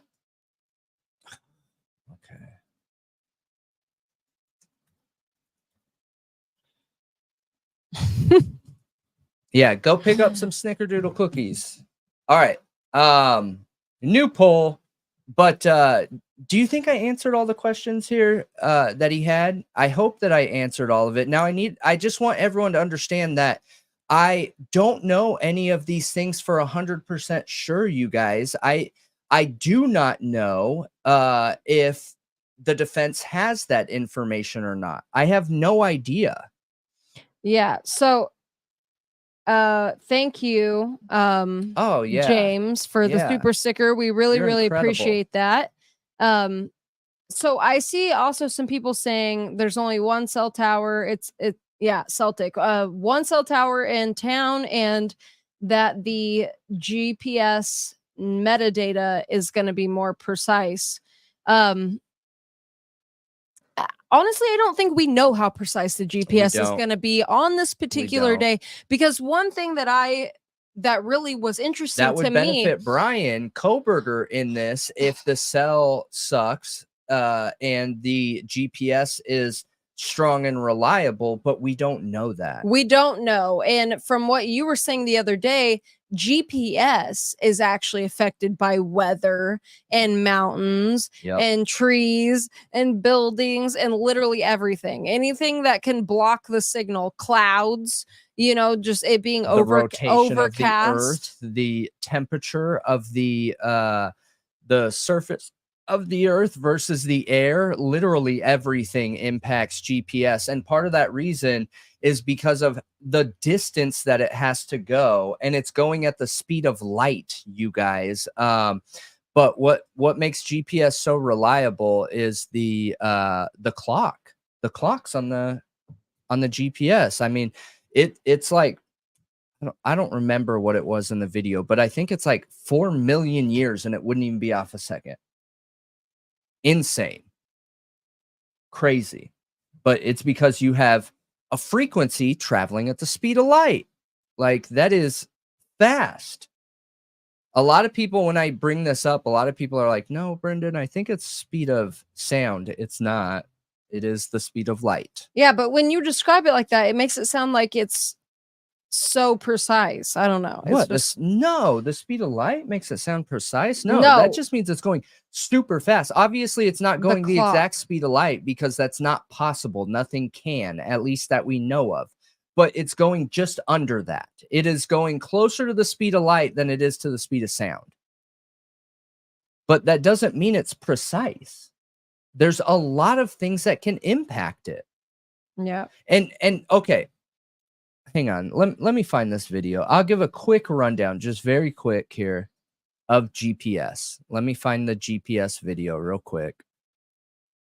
And this is completely separate, again, you guys, from cell phone triangulation. Yep. Okay, so. Oh, gosh. What? This is the Witch and Where's Waldo Halloween video.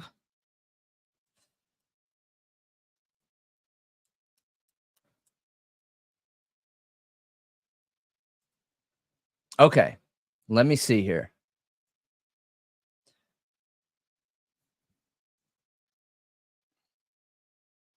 This is talking about the GPS receiver that I was telling you guys about. So it's always like if you have a phone and that phone is on AT&T, like Bryan Kohberger's, it's connected to GPS and its cellular network. Now, it's what GPS does is called trilateration, not triangulation, but it's very similar science. There is a very example of the satellite systems that is our GPS. Okay, so do you remember triangulation for cell phones and what it looks like? Yeah. Okay, what does this remind you of? It looks like that. Do you remember what the requirement is for CAS data to be in the court? 3 to triangulate, 4 exactly. No, for exactly. quality control. Yes. So triangulation of any kind, that includes trilateration in this case, is 3 to triangulate and the 4th for quality control. Exactly. And that's what this is. That is this picture right here, you guys. That's what you're looking at right now, is 3 to triangulate and a 4th for quality control. So how can one be more reliable than the other when it's using the same technology? The same kind of triangulation, trilateration, but the same basic premise, right? Right. So I think it's really the conditions. Yeah. It's the conditions of the environment and everything that's going on at that moment. But I think that's why, I mean, then one isn't more reliable than the other. But then what makes this not junk science? If no, one isn't more reliable. It's all determinate based on the conditions of the environment, which is exactly what I just said. Yep. So I'm saying, what makes it not junk science then? Because that makes it not repeatable.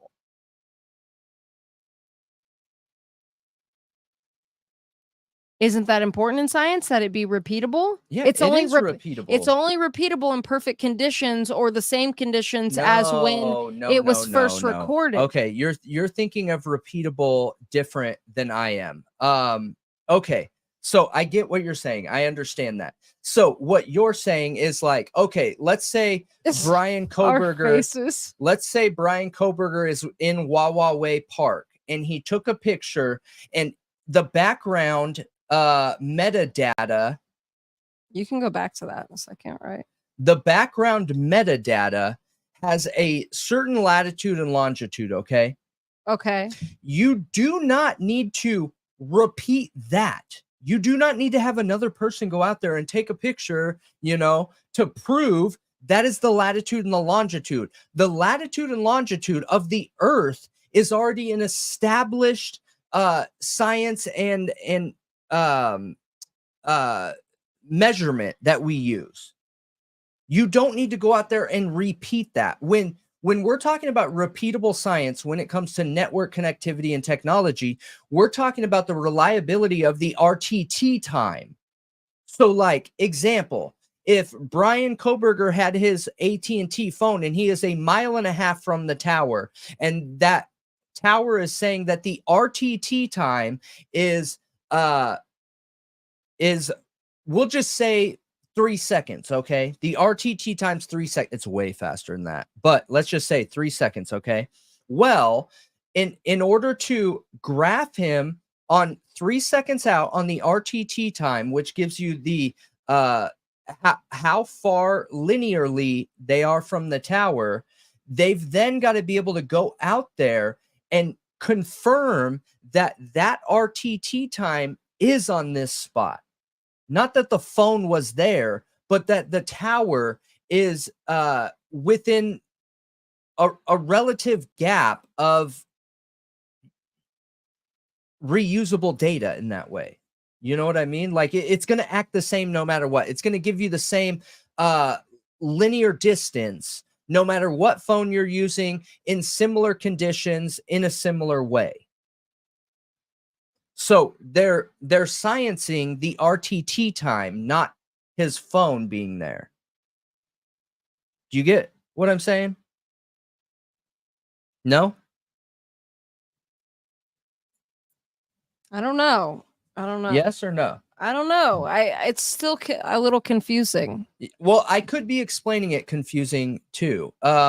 Sometimes it's hard to explain this with all the different terminology. So they're not testing to see if his phone was in the location that the chart is saying it's in. Yeah, but that's what you want to know. No. So the report is already showing where his phone is. They don't need confirmation that his phone was there. What they need is the confirmation that the network is reliably repeating its RTT time. Okay, so what if it isn't? Then they have to widen their gap of locations that he's in. And you would be able to see that with verifiable numbers on the chart. So an example, okay, let's say he's 1.5 miles from a tower and the RTT time is 3, okay? So they have charted him as being 3 seconds away from this tower, which places him roughly 1.5 to 2.0 miles from the tower, okay? Okay. Then when they go out to peer review and prove and do a repeatable test, a location test, they are going to go between 1.5 miles and 2 miles away from the tower, and then they are going to test the round trip time to see if it's giving the same results. Right. Or maybe that tower has something going on where it has trees in between it, which is impacting its reliability. So let's say 7 out of 10 tests that it does for RTT is a wider range than they originally thought. So then they would have to come back on their chart and say, actually, Bryan Kohberger wasn't 1.5 to 2 miles away. He was 1.5 to 2.2 miles away. Okay. You know what I mean? Okay. So they just update their range. Yep. Yep. Okay. But again, one tower is not enough evidence. It's not going to be precise enough. And that's why it says in the cast report that they are not even allowed to bring a cast expert forward without 4 towers. Interesting. So do you think that's why Anne doesn't have the cast report then? I mean, how can she get a cast report if there's not 4 towers for them to develop a cast report? They have to give the cast report. They have to. They talked about it in the PCA. So that's implying there is a cast report. I understand it's implying there's a cast report, but is there an official court ready and acceptable cast report? I don't know. I have no idea, you guys. Yeah, but what if in this situation, okay, that's what I'm trying to figure out. Like, why, if they didn't have enough towers to triangulate and Payne did this on his own, why wouldn't the FBI just come out and say, look, we didn't do this work. We can't give you a cast report. It doesn't exist. I mean, then is the FBI doing favors for the prosecution? And like, all right, we'll get you a cast report. No, because that goes back to my original statement that this science is concrete. What favor can you do? This isn't a subjective science. Somebody would literally have to lie about the location, which that again, that's not subjective. That is just a lie.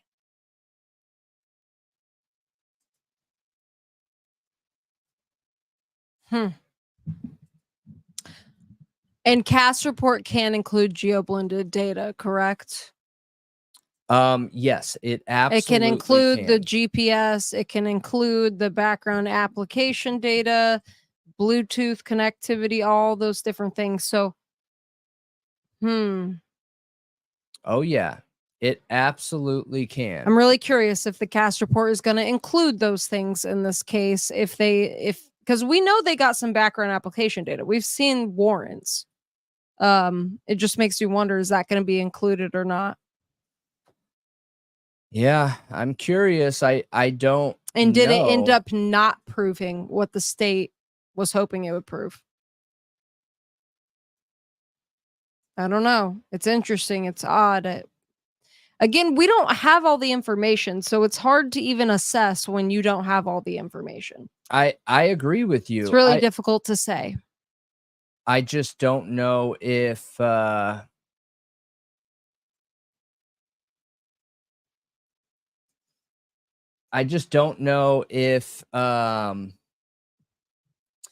even going to get enough of the information. Yeah, so let's answer some questions real quick. I starred some in the chat that were mentioned. I assume some people had a difficult time getting into the Q&A section. Sometimes people do, depending on what device you're on. So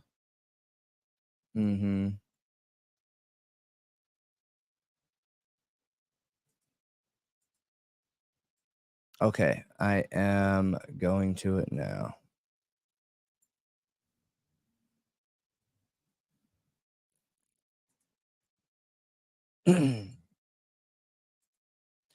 All right, let's see here. All right, what's your favorite cookie? 47% say chocolate chip. Wow. Wow. Snickerdoodle is second. That's my favorite. I think my favorite is Reese's peanut butter cookies. Peanut butter is my second favorite. Then probably red velvet. Then chocolate chip is probably last. Yes. Yes, yes. All right. So, how do you say that? I want to say Goldie, but I don't think it is Goldie. Trying hard. Goody. Pullman is less than 10 miles from Moscow. The last tower in Pullman had him until Moscow picked him up coming into Moscow.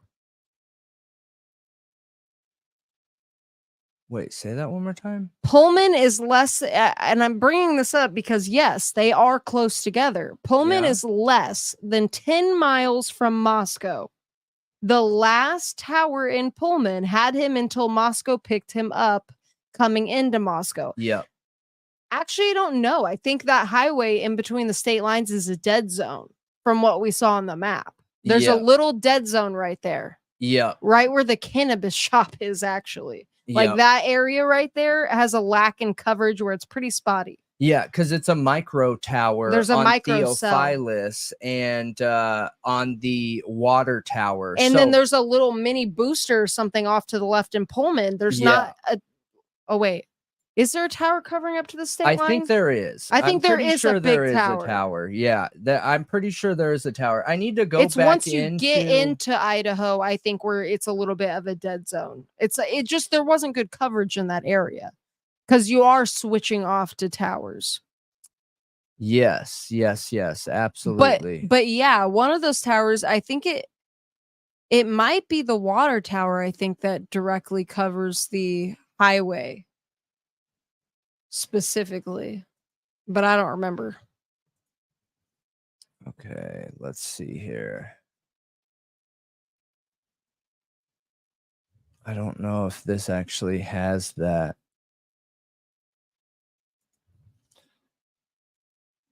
I think you showed all of that.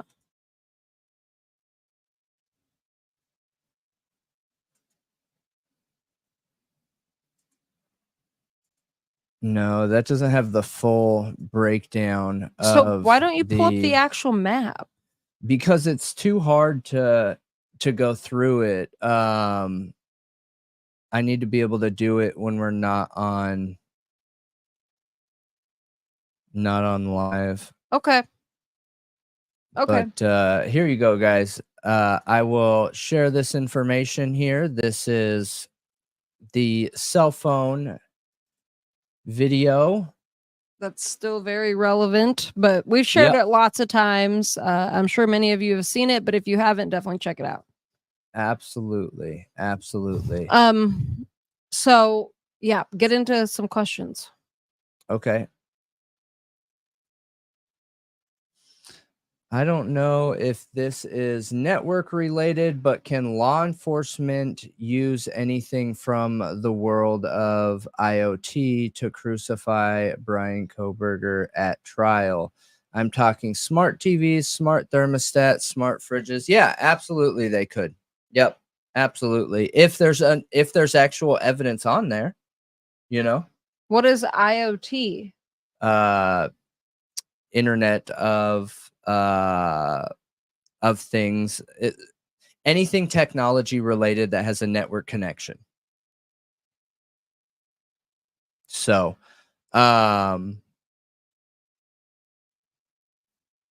yeah, they absolutely could if there's evidence. I don't think that it's a way for them to fabricate evidence, if that's what you're meaning. I don't believe that.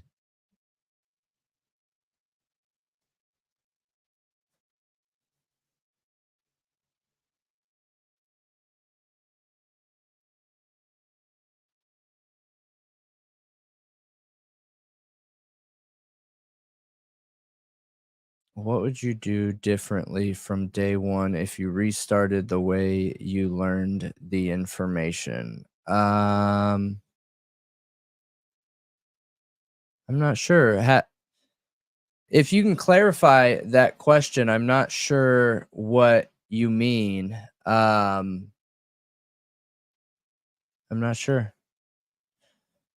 School network, U of I, or WSU if issued, but employer owns all. Face finger any way around. I assume that you're talking about the locking mechanism on the phone. There is no way around except the 6-digit pin, you guys. That is the only way. Okay, but What? school network, if used. Yeah. Yeah, I don't know what that question is. Is it like, could they track him using the school network? Because they definitely could if it was open Any source, network. right? Yep. They can track him in using any network, you guys. Any network at all. Oh, what topic or information would you learn first if you restarted is what ZJ is asking. So like, if you, when you knew basically nothing about tech, like what's like the most, I don't know, what would you prioritize learning first? I would probably prioritize learning. So are we talking about somebody that doesn't know anything about networks or technology? What I would prioritize learning first is the absolute basics of security in your devices. Now that's a multitude of things. That's everything from learning how devices connect to other devices, aka using Wi-Fi, using Bluetooth, understanding what that wireless connection means. You know what's interesting is there's quite a few people I've talked to out there when I've installed like security surveillance type stuff, people that will set this up just think there's like an invisible connection between the two, and they don't understand how that open network or frequency connects from one device to another and understand how to keep that safe. So that would be my first thing to learn before anything is Okay. the safety and security aspects of these things. Yeah. Makes sense to me. Yes, yes, yes. Hang on. What are you? Okay.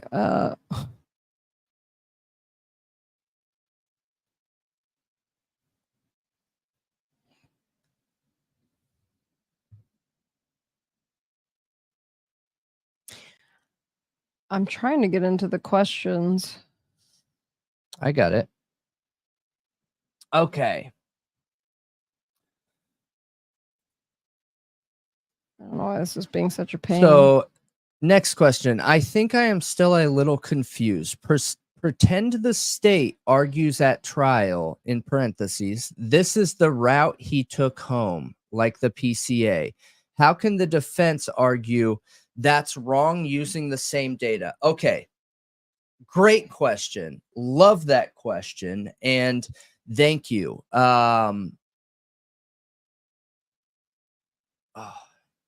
sorry about that. I was just trying to figure out why we only have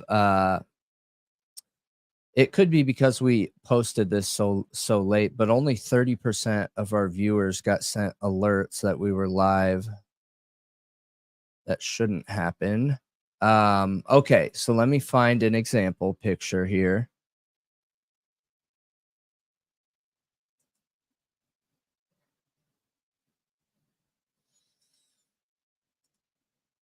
Okay.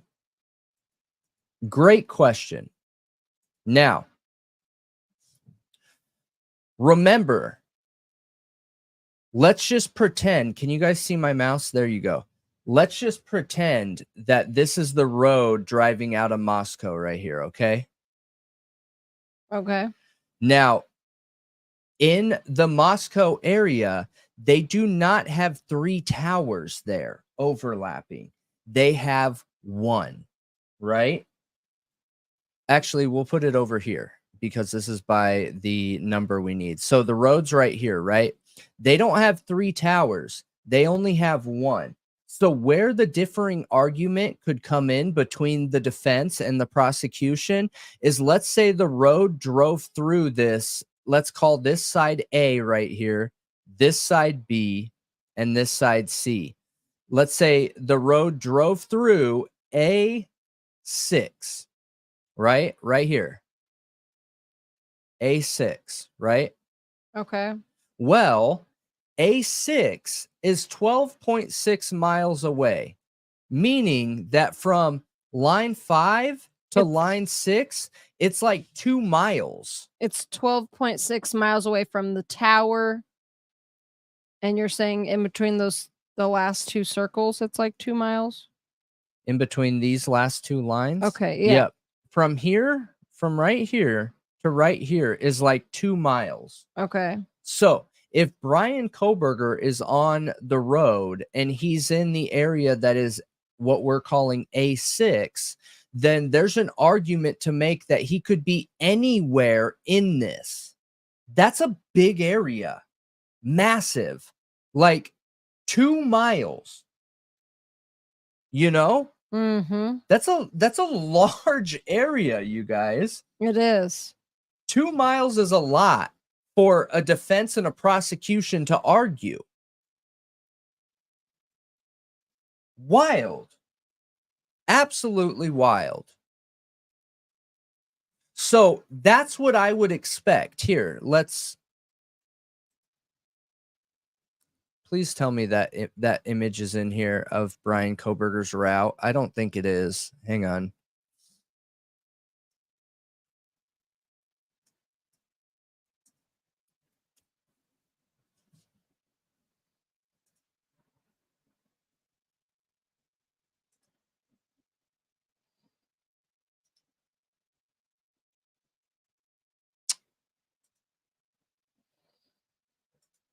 Whoa.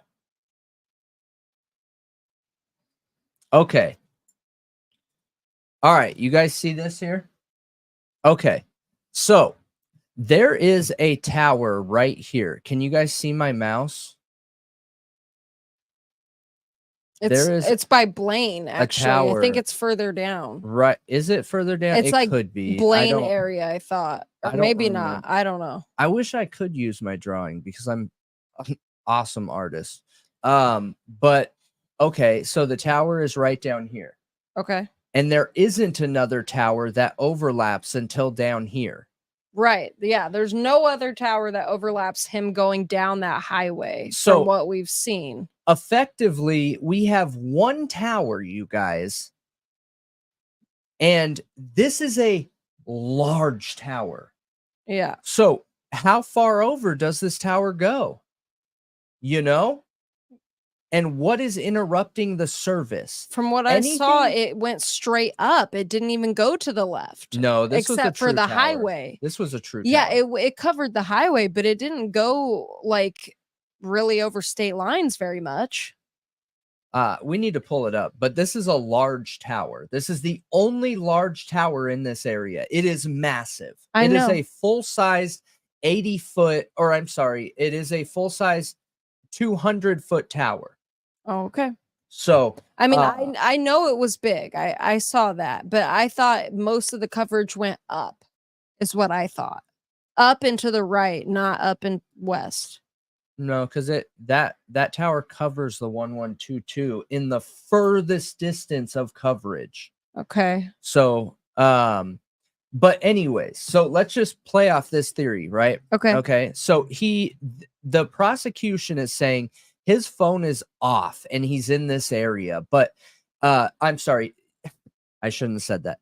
The PCA says his phone was not communicating with the network, right? Mm-hmm. So we don't know if his phone was off, and we don't know if his phone was outside of network coverage, right?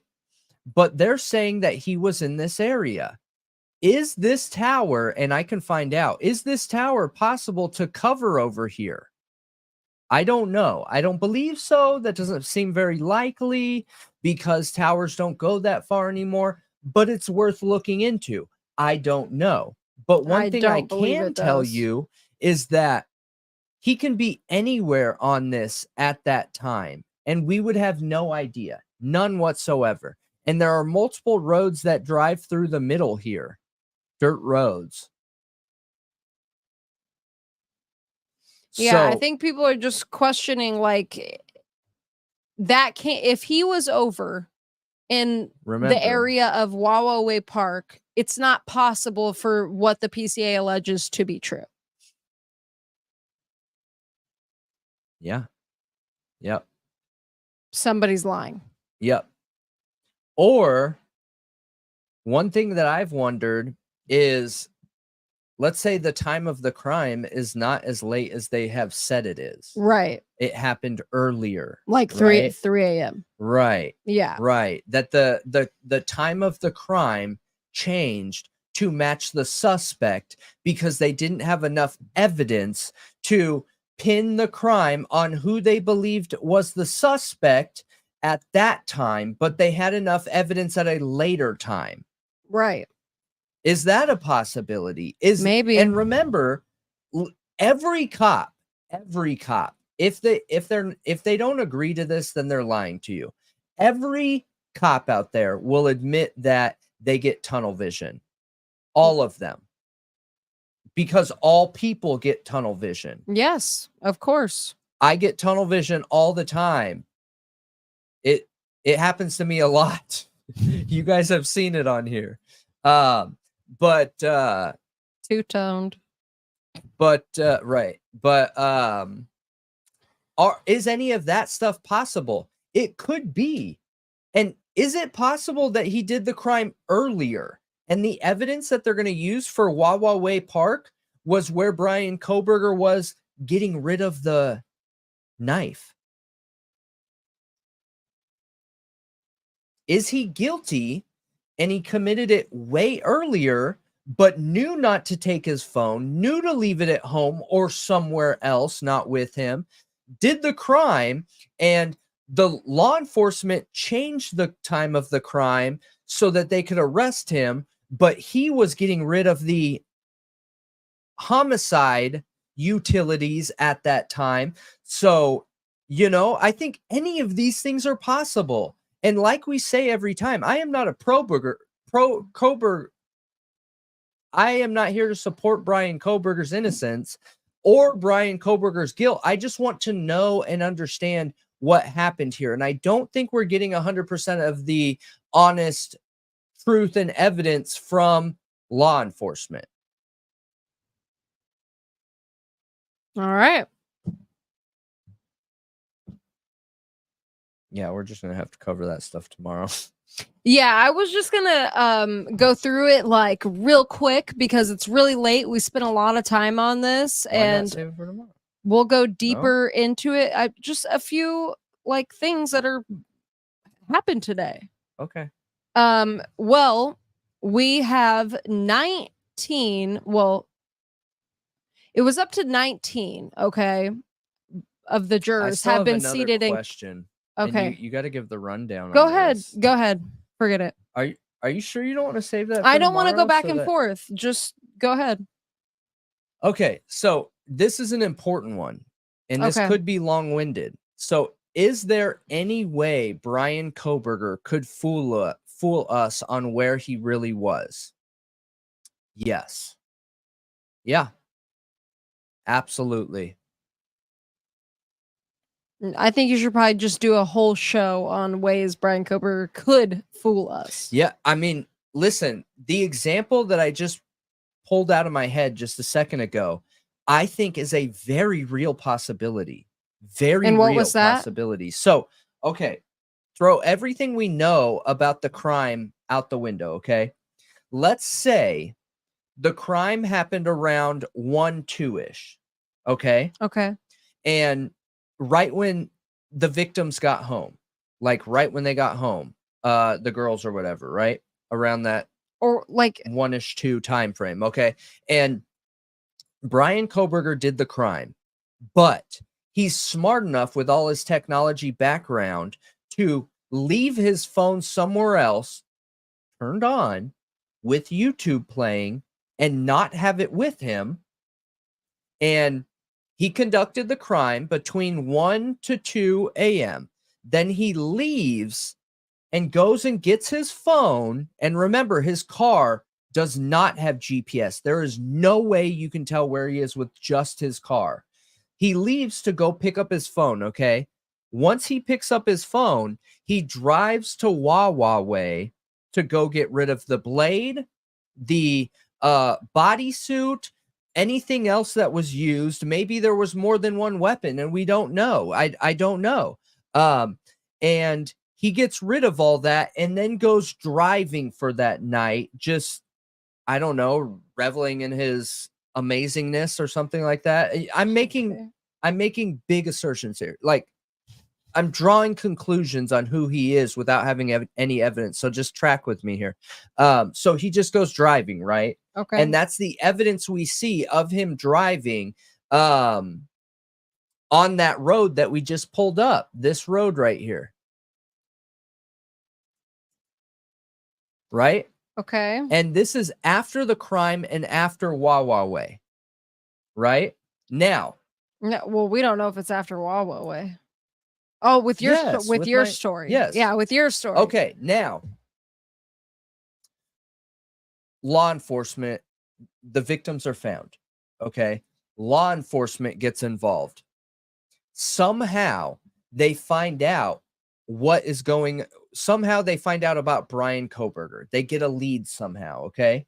Okay. But the evidence that they currently have with the crime happening the 1, 2, 3 a.m. time frame, they have no evidence of Bryan Kohberger being there because he didn't have his phone. They have no evidence. All they have are some random pictures of white Elantras, and that's it. And it's not substantial enough to arrest or anything, right? Okay. So they start adjusting things because they know Bryan Kohberger is guilty, maybe because evidence that can't be used in a court of law or has been fed to them through the FBI, and the FBI, it's not public information that they have the ability to do these things. Maybe access cameras or other technology like the IoT devices or Internet of Things, like the smart TVs, all this stuff, right? Maybe they access some of those back end, so they know 100% sure that it's Bryan Kohberger. So now they have to get Bryan Kohberger arrested somehow. So they adjust when the crime happened. That's parallel construction. Exactly. So they adjust. I mean, adjusting when the crime happened isn't parallel construction, but oh yeah, that's the just idea corruption. that they know he is guilty. So then they build the case, around that idea. So they adjust when the crime happened and don't take into account what was Bryan Kohberger doing after the crime. They didn't care as long as they arrested their guy. Now, that's the most detailed part of the whole PCA is what he was doing after the crime. Yeah. Yeah. But after when they said the crime was, but by that time, Bryan Kohberger's driving around with his phone on him, and all the weapons and crime things have been thrown in the river, buried, gotten rid of, whatever by that time. So now that they have moved the time of the crime, Bryan Kohberger is going to be able to come out with evidence saying he was at Wawa Way during the time of the crime. Because he parked his phone there ahead of time? Or wait. What? Wait. No, because he went out there. Because he went had out his there, phone on him at that time. Because he grabbed his phone after he committed the crime in the 2 a.m. time frame and then went out there. Right. And now he's using that as evidence to prove that the time of the crime, he was over here. Now the cops are like, oh, shoot, what do? We adjusted the evidence to fit Bryan Kohberger, not realizing that, you know what I mean? So in a theory like that, a very long-winded theory like that, sure, Bryan Kohberger could fool people that he was somewhere else doing something else, but that was a lot of mental gymnastics, you guys. So do not take that as me creating a likely scenario that I would put a lot of weight to right now. But is it possible? Yeah, of course. I think anything's possible. Is it likely currently with the evidence that we have? No. Okay. But yeah, you can absolutely manipulate where you are. 4chan theory, they left their phones at their house with YouTube playing. Right.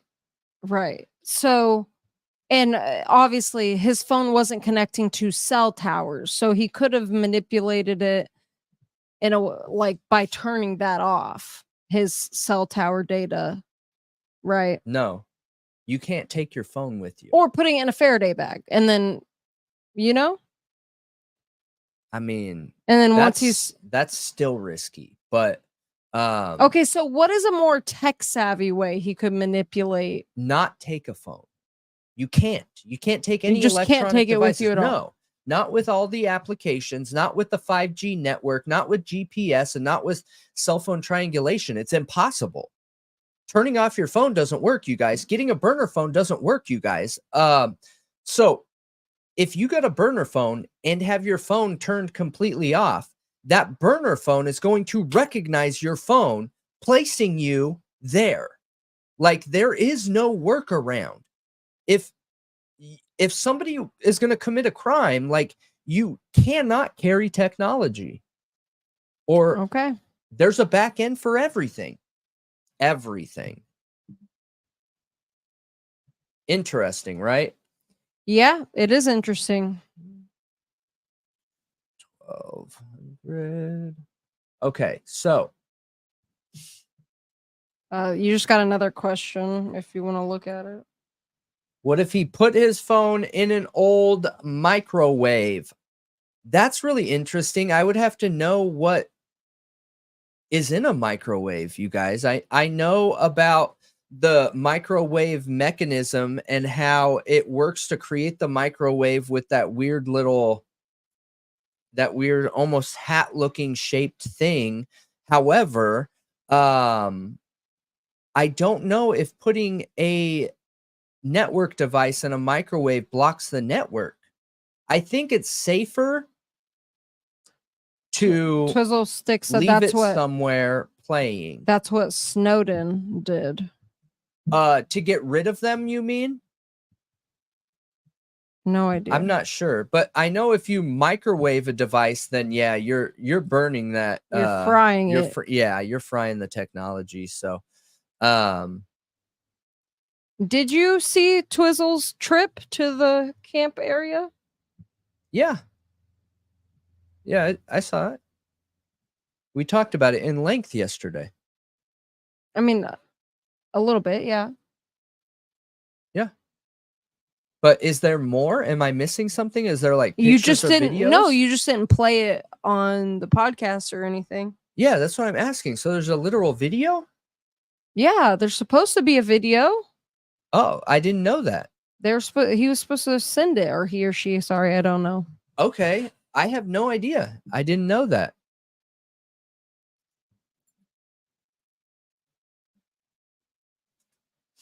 Let's see.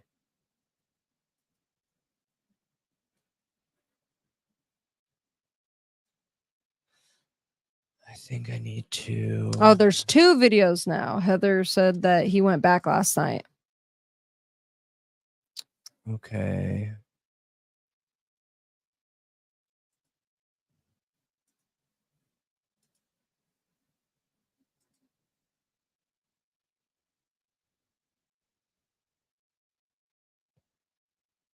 I know Twizzle said they were going to send it to us. I thought Brendan.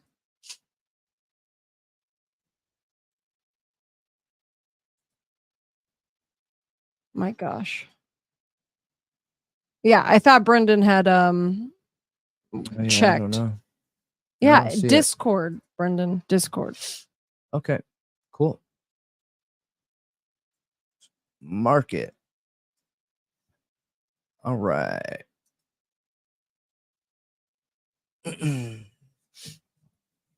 But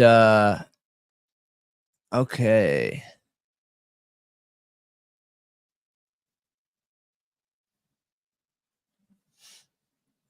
Yeah, that I would love to check it out. I definitely will check it out, you guys. But can Bryan Kohberger trick people into can he fake being in certain areas?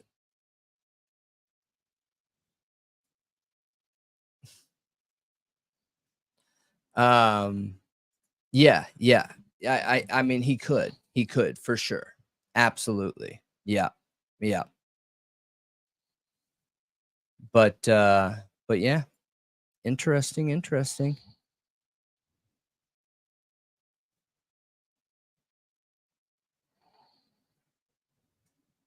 All right. What do we got? Anything else? You mean as far as questions? I mean, Yeah. you had some in here that I starred. Okay. So do towers work when the power is off? No. But GPS could? No. What? No. We just talked about this the other day with that cybersecurity expert who said that your phone still tracks you even when it's off. And you said it can. No. Okay. It can by settings that you have to implement before it's turned off. It's not just going to randomly do that. There has to be a charge. It has to have some kind of software that is going to send out a ping or, you know, connection to a tower or whatever, you know, every so often or whatever. That takes battery. Is that why you meant like the federal government would have to have it set up? Like you'd have to be on somebody's list for that to be happening, for you to be being tracked when your phone's off? Wait, what? That's what you said. Say that again. That doesn't just happen to anybody. It happens to people who are on a list. Yeah. Yep. Who are basically being spied on. Yep. Okay. Yep. That guy just made it sound like, you know, anybody and everybody could be tracked with their phone off. So you believe prosecutors have not gotten into his phone? I have no idea. I really have no idea. None whatsoever. I think that if I'm being honest, if he didn't give them access to his phone, that's going to make him feel more guilty. However, would I give them access to my phone? And that's a big no. I wouldn't. Interesting, right? Yeah. I can see being interesting. Not very trusting, giving that over to them. I can see that, especially if you're innocent in this situation. Yep, absolutely.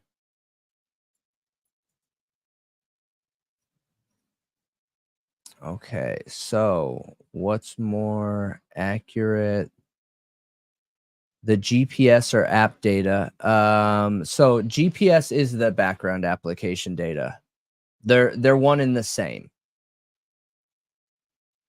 Pullman is less than 10 miles from Moscow. Last tower in Pullman had him until Moscow pick him up. We already talked about Moscow. Yeah. I know we did. I'm just going to reiterate that I am going to look into that and come back with information, you guys. So I hope that we got everything tonight. And again, I hope tomorrow I'm a little bit more rested. I have been stressed out because we have been in the process of purchasing a large building for the show. And I wonder if if when we transfer everything over to the new building, we're probably going to have to be out for like a week. Yeah, Violetta, I believe I asked Brendan this earlier if cell phone data could be manipulated, and his answer was no. But I think theoretically you could have an expert present something that's not true. Yes. And present data that is not true. And I think in cases in the past that has happened probably. And there wasn't anyone who, because think about it. All of you who are not tech experts, like think about being explained all of this. You're all tech experts. You can't point out what's wrong in it if you've never learned it before. So to a jury, to the judge, to anybody in that courtroom, if they've never learned these things before, they're not going to be able to say that person's straight up lying. So unless there's an expert that can come in and be like, that expert is not being honest. Metadata can be changed. Absolutely. It can be changed. But so metadata can be manipulated. Metadata is a very specific thing within a piece of data. So like an example, if I took a picture of myself, okay, the metadata of that picture is going to be my latitude, longitude. It's going to be the device I'm taking it from. It's going to be the settings of the camera. It's going to be all of those other details that I have on my phone, right? I think it even has like battery and all that stuff. Now, I can go into that metadata and change it. Depending on how good you are at changing that, it will show the updates. Like if you adjust your metadata in the software of your phone, the operating system of your phone, whether it's Samsung or Apple, it will show the edit. But if you know how to get into the coding, the back end data of it, then it won't show that edit. So you would need supporting evidence. Like a picture with metadata is not enough. Metadata is not enough. I would not believe just metadata. I would not. That's what I was saying the other day is I would need a couple pictures with provable timed differences of like somebody on a walk. So he takes a picture in the beginning, the latitude and longitude match the starting point of that hike. Then 15 minutes later, another picture is taken. The latitude and longitude match what would be relative to the 15 minutes of walking time for Bryan Kohberger. Now, the application he was using to track his steps also support him there. Now, that would be incredible evidence. That would be a rock solid alibi. But just a couple pictures, in my opinion, is not enough. All right. Well, in my opinion. I think those are good points. You know, we were going to talk about some other things going on today, like the Amber Alert and some Karen Reed stuff and, you know, a couple things. You know, Sebastian Rogers, all those can wait till tomorrow.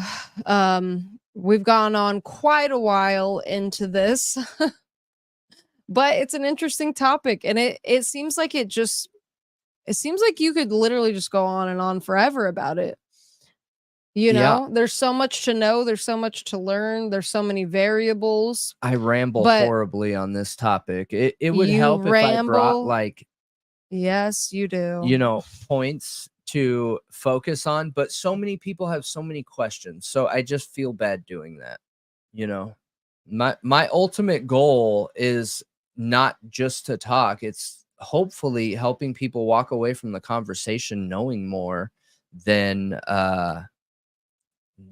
they came in here with. Yeah, because there's a lot of things being said about this data, like this evidence, that isn't true at all. Like there's a lot of people making a lot of claims that just aren't supported. So I mean, and that's not any shade towards them. Like people are at their own level of understanding, and obviously the viewer themselves has to do their own research and not just believe whatever they're told. That's your responsibility. So You know, no shade to anybody. I'm super excited to be at the new place, though. It's gonna be awesome. So we bought all the update stuff for the podcast and for the True Crime Talk Show, and incredible stuff. I'm not gonna share it, but it is incredible stuff. Okay, to make the show so much more engaging and like interesting to watch and everything else, but we aren't going to put it up until we're in the new place now. Okay. We're going to do a full presentation. However, the new building doesn't close for a minimum of 45 days, you guys. It's got to go through, you know, escrow and all that stuff. And yes, lots of room for activities. Tons. Everybody loves tons of room. Activities. There's enough room in it for 15 podcasts. And living spaces and all kinds of stuff. It's awesome. Awesome, awesome, awesome.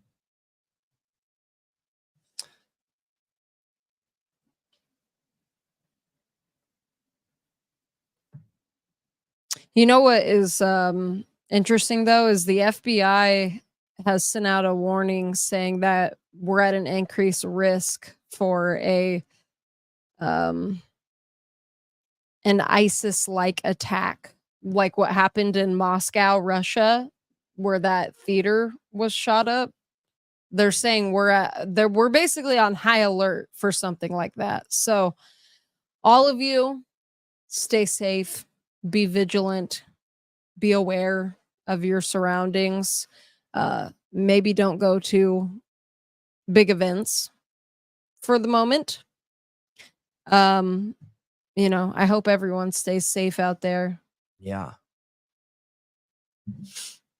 Yeah. I wanted to bring that up because I saw it being brought up on Twitter a whole bunch that the FBI director has come out and made a statement. So, and he's been warning about this for a while. So, during the eclipse, actually, it was during the eclipse that they were saying, be careful at big like events surrounding the eclipse. Yep. All right, you guys, that is going to be it for the True Crime Talk Show, brought to you by Thought Riot Podcast. Make sure you hit that like button. Make sure you subscribe. I didn't see as many people come over to YouTube tonight that we did last night. Last night, quite a few people came over from other platforms. I mean, last night we had more people on the other platforms. I think last night we got to like just under 4,000 people. So we aren't that many people tonight. But anyways, thank you all for coming and hanging out with us. Hit that thumbs up button, hit those 5 stars, hit those 3 stars, leave a comment under the video. And if you want to engage in the chat because you see us actively being a part of the chat or doing Q&A or asking questions to the other Thought Rioters, you can get access to that through YouTube. You just search Thought Riot Podcast. You can literally go to Google and search Thought Riot Podcast. And it'll pull up our YouTube. But for anyone in other parts of the world, it's .com. You got to go to the .com. So youtube.com and then search Thought Riot Podcast spelt all the way out, and you can come hang out with us. So leave a comment under the video after the video's done, and we appreciate you for it. Our growth is insane right now, absolutely insane right now, and it's all because of you guys. Even though there are, people that are trying to not let us grow or trying to stop us from growing, all you guys are keeping it going. So just keep doing what you're doing. You guys are awesome, and we appreciate every single one of you. And hey, thanks, James. We appreciate that super sticker. Thanks for all the support this show. Yeah, that's awesome. We appreciate you a Absolutely. ton. What is that sticker? I've never seen that one before. What, the cool glasses? Oh, okay. Yeah, it's awesome for sure.